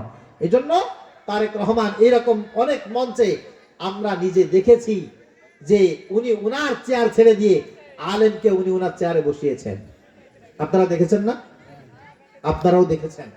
উনি বয়সে বড় মুরব্বী, এই কারণে তাদেরকে দেখে দাঁড়িয়ে সম্মান করে তার চেয়ারে তাদেরকে অধিষ্ঠিত করেছেন। অথচ তার দলের অনেক অনুসারীরা মাদ্রাসায় এসে খবরদারি করতে চায়, মসজিদে এসে লম্বা কথা বলতে চায়, অনেক আলেমদেরকে তিরস্কার করে কথা বলতে চায়। আমি তাদেরকে তারেক রহমান থেকে শিক্ষা নেওয়ার জন্য বলবো, খবরদার, খবরদার, খবরদার, এই জুলুম আপনি করবেন না। মনে থাকবে ইনশাআল্লাহ, মনে থাকবে ইনশাআল্লাহ। আল্লাহ তাআলা আমাদের সবাইকে মনে রাখার মতো তৌফিক দান করুন। সকলে পড়ি আল্লাহুম্মা আমিন। প্রিয় ভাইরা আমার, আমরা আপনাদের অনেক কল্যাণ করি, অনেক কল্যাণ আমরাই কামনা করি, যেটা আপনারা বুঝেন না, না বুঝে আমাদেরকে শত্রু বানিয়ে ফেলেন, না বুঝে শত্রু বানিয়ে ফেলেন। আমরা আপনাদের কিসের শত্রু বলেন? কি বলেছি আপনাদেরকে, কি করতে বলেছি? আগামীতেও এরকম একটা সময় আসবে, জাতীয় নির্বাচনে যে সময়টা এসেছে, চলে গেছে, সামনে আবার উপজেলা নির্বাচনে, ইউনিয়ন নির্বাচনে এরকম সময় আসবে, আপনারা অনেকে আবার আমাদের দিকে কটুবাক্য করে তাকাবেন। আমি চেয়ারম্যান হওয়ার জন্য আসিনি, মেম্বার হওয়ার জন্য আসিনি, আমি আপনাদের কল্যাণ করার জন্য আসছি। আল্লাহ পাক রব্বুল আলামিন এই কাজগুলোর কারণে আমাকেও তো ধরবেন, আমাকে তো ধরবেন। তখন আমি কি বলবো? আল্লাহ যখন বলবে তুমি তো জানতে, তুমি তোমার জাতিকে, তোমার এলাকার মানুষকে এই মেসেজগুলো কেন দাওনি, আমি কি উত্তর দেবো বলেন? কোন উত্তর আছে আমার কাছে? এই জন্য আমি আল্লাহর কাছে তো অন্ততপক্ষে বলতে পারবো, আল্লাহ আমি বলেছিলাম, এলাকার মানুষগুলোকে আমি শুনিয়েছিলাম, আল্লাহ তারা মানে নাই, এটা তাদের ব্যাপার। আল্লাহ হয়তো বা আমাকে অন্ততপক্ষে রুখসত দেবে, ঠিক কিনা বলেন? এজন্য সহায় সম্পত্তির দ্বারা মানুষ খারাপ কাজ করে, সহায় সম্পত্তির দ্বারা মানুষ ভালো কাজও করে, মানুষ ভালো কাজও করে। আল্লাহ পাক রব্বুল আলামিন কিয়ামতের ময়দানে একজন মানুষকে maaf করে দিবেন। সেই মানুষটার নামাজে ঘাটতি ছিল, রোজায় ঘাটতি ছিল, অনেক কিছুতে ঘাটতি ছিল, কিন্তু আল্লাহ পাক রব্বুল আলামিন তাকে maaf করে দিবেন। কেন maaf করে দিবেন? ওই মানুষটা এমন কিছু জায়গায় টাকা পয়সা খরচ করেছে, ভালো কাজ করেছে, যেই কারণে আল্লাহ পাক রব্বুল আলামিন সেই দিন তাকে maaf করে দিবেন। মসজিদ বানিয়েছে, মাদ্রাসা বানিয়েছে, এতিম বাচ্চাদেরকে লালন পালন করেছে, মানুষকে কোরআন শিখিয়েছে, হাদিস শিখিয়েছে, দ্বীনের কাজের ব্যাপারে অনেক সহযোগিতা করেছে, ওই ব্যক্তির টাকাগুলো ভালো কাজে ব্যবহৃত হয়েছে। এই জন্য কিয়ামতের ময়দানে আল্লাহ পাক রব্বুল আলামিন তাদেরকে maaf করে দিবেন। আল্লাহ তাআলা বলেন আল কানাতিরিন মুকান্তরা, আর এই টাকা পয়সা গচ্ছিত ধনভাণ্ডার, এইগুলোর প্রতি মানুষের লোভ আছে, মানুষের মোহ আছে, মানুষের ইচ্ছা আছে। আবার আল্লাহ পাক রব্বুল আলামিন এটা থেকে কাউকে বঞ্চিত করেন, এটার ভিতরে আল্লাহ পাক রব্বুল আলামিন কাউকে সফলতা দান করেন। যাকে আল্লাহ তাআলা টাকা পয়সা দেন না, তাকে আল্লাহ পাক রব্বুল আলামিন কিয়ামতের ময়দানে সুন্দর আচরণের মাধ্যমে জান্নাতের মালিক বানায় দিবে। অনেকে চিন্তা করে টাকা পয়সা হলে মনে আমি অনেক টাকা পয়সা দিয়ে মসজিদ বানাইতে পারতাম, অনেক বলে হুজুর টাকা পয়সা থাকলে আমি একটু হজ করতে যেতাম, টাকা পয়সা থাকলে আমি 10টা ছাত্রকে হাফেজি পড়াইতাম, আছে না নাই? টাকা পয়সা যদি থাকতো আমি এই করতাম, ওই করতাম, তা করতাম, অনেক অনেক উপমা দেয়। কিন্তু মনে রাখবেন, টাকা পয়সা থাকলে এই সমস্ত সব কাজ করা যায় না। হতে পারতো টাকা পয়সা থাকলে তুমি আরো খারাপ হয়ে যেত, কিন্তু আল্লাহ পাক রব্বুল আলামিন টাকা পয়সার অল্টারনেটিভ এমন একটা নিয়ামত আপনাকে দান করেছেন, আমাকে দান করেছেন। কিয়ামতের ময়দানে বান্দা যখন তার আমলনামা পড়বে, বান্দা আমলনামা দেখে নিজে নিজের আমলনামা দেখে অবাক হয়ে যাবে, হায় হায়, আমি তো একজন গরিব মানুষ ছিলাম, অথচ আমার আমলনামায় 100 বার কবুল হজের সওয়াব, সুবহানাল্লাহ। আমার আমলনামায় 100টা মসজিদ নির্মাণ করার সওয়াব, আমার আমলনামায় 1000 কিলোমিটার রাস্তা নির্মাণ করার সওয়াব। ওই আমলনামা দেখে বান্দা নিজে নিজে বলবে, আল্লাহ এই আমল নামাটা আমার না। আল্লাহ বলবে হ্যাঁ তোমার আমল নামা। বলে আল্লাহ আমার আমল নামা, আমি তো হজ করি নাই এতবার, আমি তো এত মসজিদ নির্মাণ করি নাই, এত মাদ্রাসা নির্মাণ করি নাই, আল্লাহ এই আমল নামা গুলো আমার কি করে হয়? আল্লাহ পাক রব্বুল আলামিন বলেন হ্যাঁ আমি জানি এত টাকা পয়সা তোমার ছিল না, এত টাকা পয়সার মালিক তুমি না, কিন্তু আমি আল্লাহ পাক রব্বুল আলামিন তোমাকে কথা বলার মতো শক্তি দিয়েছিলাম। সুবহানাল্লাহ। কি বলেছিলাম? কথা বলার মতো শক্তি দিয়েছিলাম। কাউলুম মা'রুফু ওয়া মাগফিরাতুন খায়রুম মিন সাদাকাতিন ইয়াতবাউহা আযা আল্লাহু গনিয়্যুন হালিম। যখন তোমার সঙ্গে কারোর সাথে দেখা হয়েছে, সালাম দিয়েছো, মুস্কি করে হেসে দিয়ে সুন্দরভাবে কুশল বিনিময় করেছো, আমি আল্লাহ পাক রব্বুল আলামিন প্রত্যেকটা ভালো কাজের বিনিময়, ভালো কথার বিনিময় আমি আল্লাহ তাআলা এক একটা কবুল হজের সব তোমার আমলনামায় দান করে দিয়েছি। তুমি যখন মানুষের সঙ্গে মেলামেশা করেছো, সব সময়ের জন্য উৎকৃষ্ট কথা বলেছো, উত্তম উপদেশ দিয়েছো, সব সময়ের জন্য ভালো কথা মানুষের সঙ্গে বলেছো। কাউলুম মা'রুফ, কুল্লু মা'রুফুন সাদাকা, কুল্লু মা'রুফুন সাদাকা। নবীজি সাল্লাল্লাহু আলাইহি ওয়াসাল্লাম বলেন প্রত্যেকটা ভালো কথা, মিষ্টি কথা এক একটা সাদাকা দেওয়ার শামিল। আপনি কারোর সাথে দেখা হয়ে সুন্দর করে যখন কথা বলবেন, কেমন যেন আপনি 1000 টাকা আল্লাহর রাস্তায় দান করে দিলেন। আপনি সুন্দর করে কথা বললেন, কেমন যেন 1 লক্ষ টাকা আল্লাহর রাস্তায় দান করে দিলেন। আর যখন মানুষের সঙ্গে দেখা করে, যখন মানুষের সঙ্গে কথা বলে মানুষকে কষ্ট দেন, মানুষকে খারাপ ভাবে কথা বলেন, গালিগালাজ করেন, তখন ওই কাজগুলো হয়ে যায় আপনার জন্য গুনাহের কারণ। আপনার জন্য কি হয়? গুনাহের কারণ। এই জন্য মানুষ বলে না যে ভালো হইতে পয়সা লাগে না, তার মানে হচ্ছে ভালো কথা বলতে পয়সা লাগে না। আপনাকে আল্লাহ পাক রব্বুল আলামিন টাকা দেয় না, পয়সা দেয় না, তাতে কি হয়েছে? আল্লাহ পাক রব্বুল আলামিন আপনাকে জবান দিয়েছে, আপনি একটু মিষ্টি মিষ্টি করে কথা বলবেন। আল্লাহ তাআলা বলেন এইগুলো আমি পৃথিবীর সবচাইতে সুন্দর সম্পদ করেছি। এইজন্য আমাদের মানুষ আলহামদুলিল্লাহ ইমানদারদের ভিতরে, মুসলমানদের ভিতরে অনেকের অনেক গুণ আছে, কিন্তু এমন খারাপ গুণ আছে জবানটা দিয়ে মানুষকে এমন ভাবে কষ্ট দেয়, খারাপ কথা বলে, নিকৃষ্ট আলাপচারিতায় লিপ্ত হয়, যার কারণে মানুষ খুব বেশি কষ্ট পায়। এর কারণে ওই মানুষটার ভালো কাজগুলো সব ভ্যানিশ হয়ে যায়। মান মান্না ওয়া মান্না ফাকাদ মান্না মান্নাহু। নবীজি সাল্লাল্লাহু আলাইহি ওয়াসাল্লাম বলেন একজন মানুষ অনেক টাকা পয়সা উপার্জন করে, সেই টাকা পয়সা দিয়ে কাউকে দান করেছে, সহযোগিতা করেছে, দান করার পর, সহযোগিতা করার পর হঠাৎ করে সেই জবান দিয়ে তাকে সেই দানের ব্যাপারে খোঁটা দিয়েছে। তোকে এই দিয়েছিলাম না, তা দিয়েছিলাম না, এই করেছিলাম না, তা করেছিলাম না, কি করেছে বলেন? খোঁটা দিয়েছে। ফাকাদ মান্না মান্নাহু, তার সব দানগুলো নষ্ট হয়ে গেছে মুখের কথার কারণে। 1 কোটি টাকা দিয়ে এলাকার সেবা করেছে, পরবর্তীতে মুখের একটা দুইটা কথা দিয়ে খোঁটা দিয়েছে, আল্লাহ তাআলা সব দানের বেনিফিট নষ্ট করে দিয়েছে। নাউজুবিল্লাহ বলে। আমাদের এলাকায় অনেক মানুষকে দেখেছি এমন নিকৃষ্ট কথা বলে। এই এলাকার এমন জনপ্রতিনিধি ছিল, এই এলাকার মানুষ মানুষ না, নাউজুবিল্লাহ বলে, এমন কথা বলেছে না? এলাকার মেম্বার, চেয়ারম্যান, জনপ্রতিনিধি সব মানুষ তাকে ভোট দিয়ে নির্বাচিত করেছে। ওই এলাকার মানুষগুলো যখন তার কাছে বিশেষ কোনো প্রয়োজনে যাইতো, তখন বলতো ওই অমুক নাম্বার ওয়ার্ডের মানুষ মানুষ না, তোরা সব মুনাফিক, তোরা এলাকায় যারা থাকিস ওই দল করিস, তা করিস, তোরা আমার কাছে কেন আছিস? এই সমস্ত কথা বলে মানুষকে কষ্ট দিয়েছে। এরকম জনপ্রতিনিধি ছিল কি ছিল না? কথা বলে। মানুষকে ভাবে কষ্ট দিবেন না, খবরদার, খবরদার।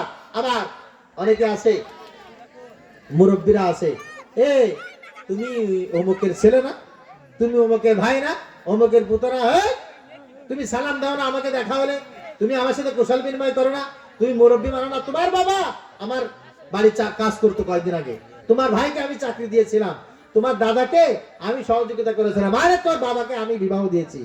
মুরব্বীরা এরকম কথা বলে মানুষকে কষ্ট দেয় কি দেয় না? আপনি যদি দিয়ে থাকেন, ভালো কাজ করেছেন, এর জন্য কাউকে ছোট করার মতো, খোঁটা দেওয়ার মতো, তিরস্কার করার মতো কোনো অধিকার আল্লাহ পাক রব্বুল আলামিন তো আপনাকে দেয় নাই। দিয়েছেন। যদি ভালো কোনো কাজ করে থাকেন, আল্লাহর কাছে আপনি চাইবেন, আল্লাহ তাআলা তার বেনিফিট আপনাকে দেবে। খারাপ কোনো কাজ করলে আল্লাহর কাছে মাপ চাইবেন, কথা বলে কাউকে কষ্ট দিবেন না। মনে থাকবে ইনশাআল্লাহ। মানুষকে খোঁটা দিয়ে কথা বলবেন না। ভালো কোনো কাজ যদি করেও থাকেন, আলহামদুলিল্লাহ ভালো কাজ করেছেন, এর জন্য স্বীকার করি, দোয়াও করি, কিন্তু আপনি কাউকে খোঁটা দিবেন না। মনে থাকবে।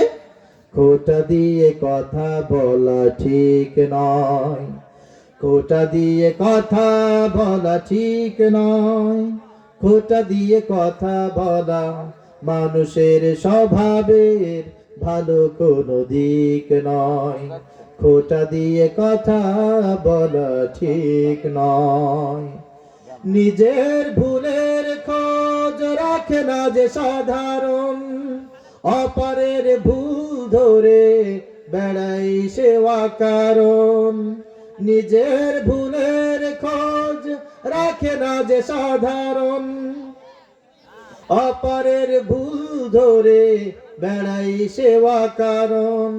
খোঁটা দেয়া লোকজন কারো সংশোধনের তরে আন্তরিক নয়, খোঁটা দিয়ে কথা বলা ঠিক নয়, খোঁটা দিয়ে কথা বলা ঠিক নয়, খোঁটা দিয়ে কথা বলা মানুষের স্বভাবের ভালো কোনো দিক নয়, খোঁটা দিয়ে কথা বলা ঠিক নয়।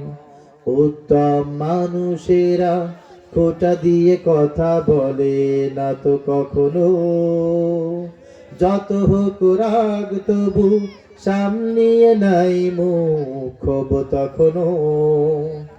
খুঁত খুঁতে স্বভাবের কাজ হলো খুদ ধরা, খিটে খিটে মেজাজের ভাব খেইমেই করা ঠিক। খুঁত খুঁতে স্বভাবের কাজ হলো খুদ ধরা, খিটে খিটে মেজাজের ভাব খেইমেই করা। যাই বলো তাই বলো মানসিক দিক থেকে এরা স্বাভাবিক নয়, খোঁটা দিয়ে কথা বলা ঠিক নয়, খোঁটা দিয়ে কথা বলা ঠিক নয়, খোঁটা দিয়ে কথা বলা মানুষের স্বভাবের ভালো কোনো দিক নয়, খোঁটা দিয়ে কথা বলা ঠিক নয়। আল্লাহ তাআলা আমাদের সবাইকে উত্তম আচরণশীল মানুষ হিসাবে কবুল করুন, সকলে পড়ি আল্লাহুম্মা আমিন। প্রিয় হাজরিন, আমি শেষ একটা মেসেজ দিয়ে আপনাদের সামনে আজকে আলোচনা শেষ করব। তা হচ্ছে, আমরা বর্তমানে এমন একটা যুগে বসবাস করি, মানুষ সাধারণ কোনো বিষয় থেকে অসাধারণ বিষয়কে বেশি প্রাধান্য দেয়। যেমন ধরেন, আমি ওয়াজ করতে আসছি, আমি এখানে কোরআনের কথা না বলে, হাদিসের কথা না বলে, কোরআন এবং হাদিসের উদ্ধৃতি না দিয়ে বড় একটা টুপি মাথায় দিব, সুন্দর একটা আবাকাবা কোটি পরে, একেবারে লিপস্টিক মেখে, সোনো পাউডার মেখে আপনাদের সামনে আমি নাহমাদুহু ওয়া নাশকুরুহু বলে শুরু করে দেবো আমি বিশাল বড় একটা আজগবি আলাইহিস সালাম। রাস্তায় আপনি চলাফেরা করবেন, কোট পরা, টাই পরা, সুন্দর করে প্যান্ট শার্ট পরে একেবারে আপনার সামনে চলাফেরা করতেছে, সুন্দর করে সালাম দিচ্ছে, মিষ্টি মিষ্টি কথা বলতেছে, দেখে মনে হবে মনে হয় বিসিএস ক্যাডার, এলাকার কোনো বড় একজন অফিসার হবে। পরে দেখি কি যে 8 পাস করা সেই এনজিও কর্মী কিস্তির টাকা নেওয়ার জন্য বাড়ি বাড়ি গিয়ে হানা দিচ্ছে। কথা বুঝতে পেরেছেন? কবি ইমরুল কায়েস চমৎকার একটা কথা বলেছিলেন, ইদাল মারউ লাম ইউদান্নিস মিনাল্লাহ ইরমাহু ইরদাহু ফাকুল্লুন রিদাআন কুল্লু ইয়ারতাদিহি জামিল। মানুষ যখন ভিতরে সৎ হয়ে যায় তখন তার সব জায়গা দিয়ে সততা প্রকাশ পেতে থাকে। ছেঁড়া জামা হোক আর দামি জামা হোক, সব জায়গায় সততা প্রকাশ পায়। ভাইরালের এই যুগে আমরা দেখি বিভিন্ন জায়গায় এখন সাংবাদিক আছে না নাই? আমাদের এই ফকিরহাটে সাংবাদিকের অভাব নাই। সাদা, কালো, লাল, হলুদ, চতুর্দিকে চতুর্মুখী সাংবাদিক আছে না নাই? সাংবাদিকরা বর্তমানে সবচেয়ে বেশি চাঁদাবাজি বেশি করতেছে। বিভিন্ন জায়গায় সাংবাদিকরা যে চাঁদাবাজি করে, মিথ্যা নাটক, মিথ্যা ডকুমেন্টারি তৈরি করে বলে টাকা দিয়ে, তাহলে এগুলো ভাইরাল করে দেবে। মানুষ যখন এই প্ল্যাটফর্মকে অন্যায় কাজের সামগ্রী হিসাবে, বস্তু হিসাবে মানুষ বাছাই করে নিয়েছে, ভালো কিছু মানুষ আছে তারা মিডিয়াকে ব্যবহার করে এলাকার উন্নয়ন করতে চায়, দিনের কল্যাণ তারা বয়ে আনতে চায়। এখানে অনেকগুলো মিডিয়া আপনারা দেখছেন, এগুলো কি ভালোর জন্য, ব্যবসার জন্য নাকি খারাপের জন্য? কথা বলেন।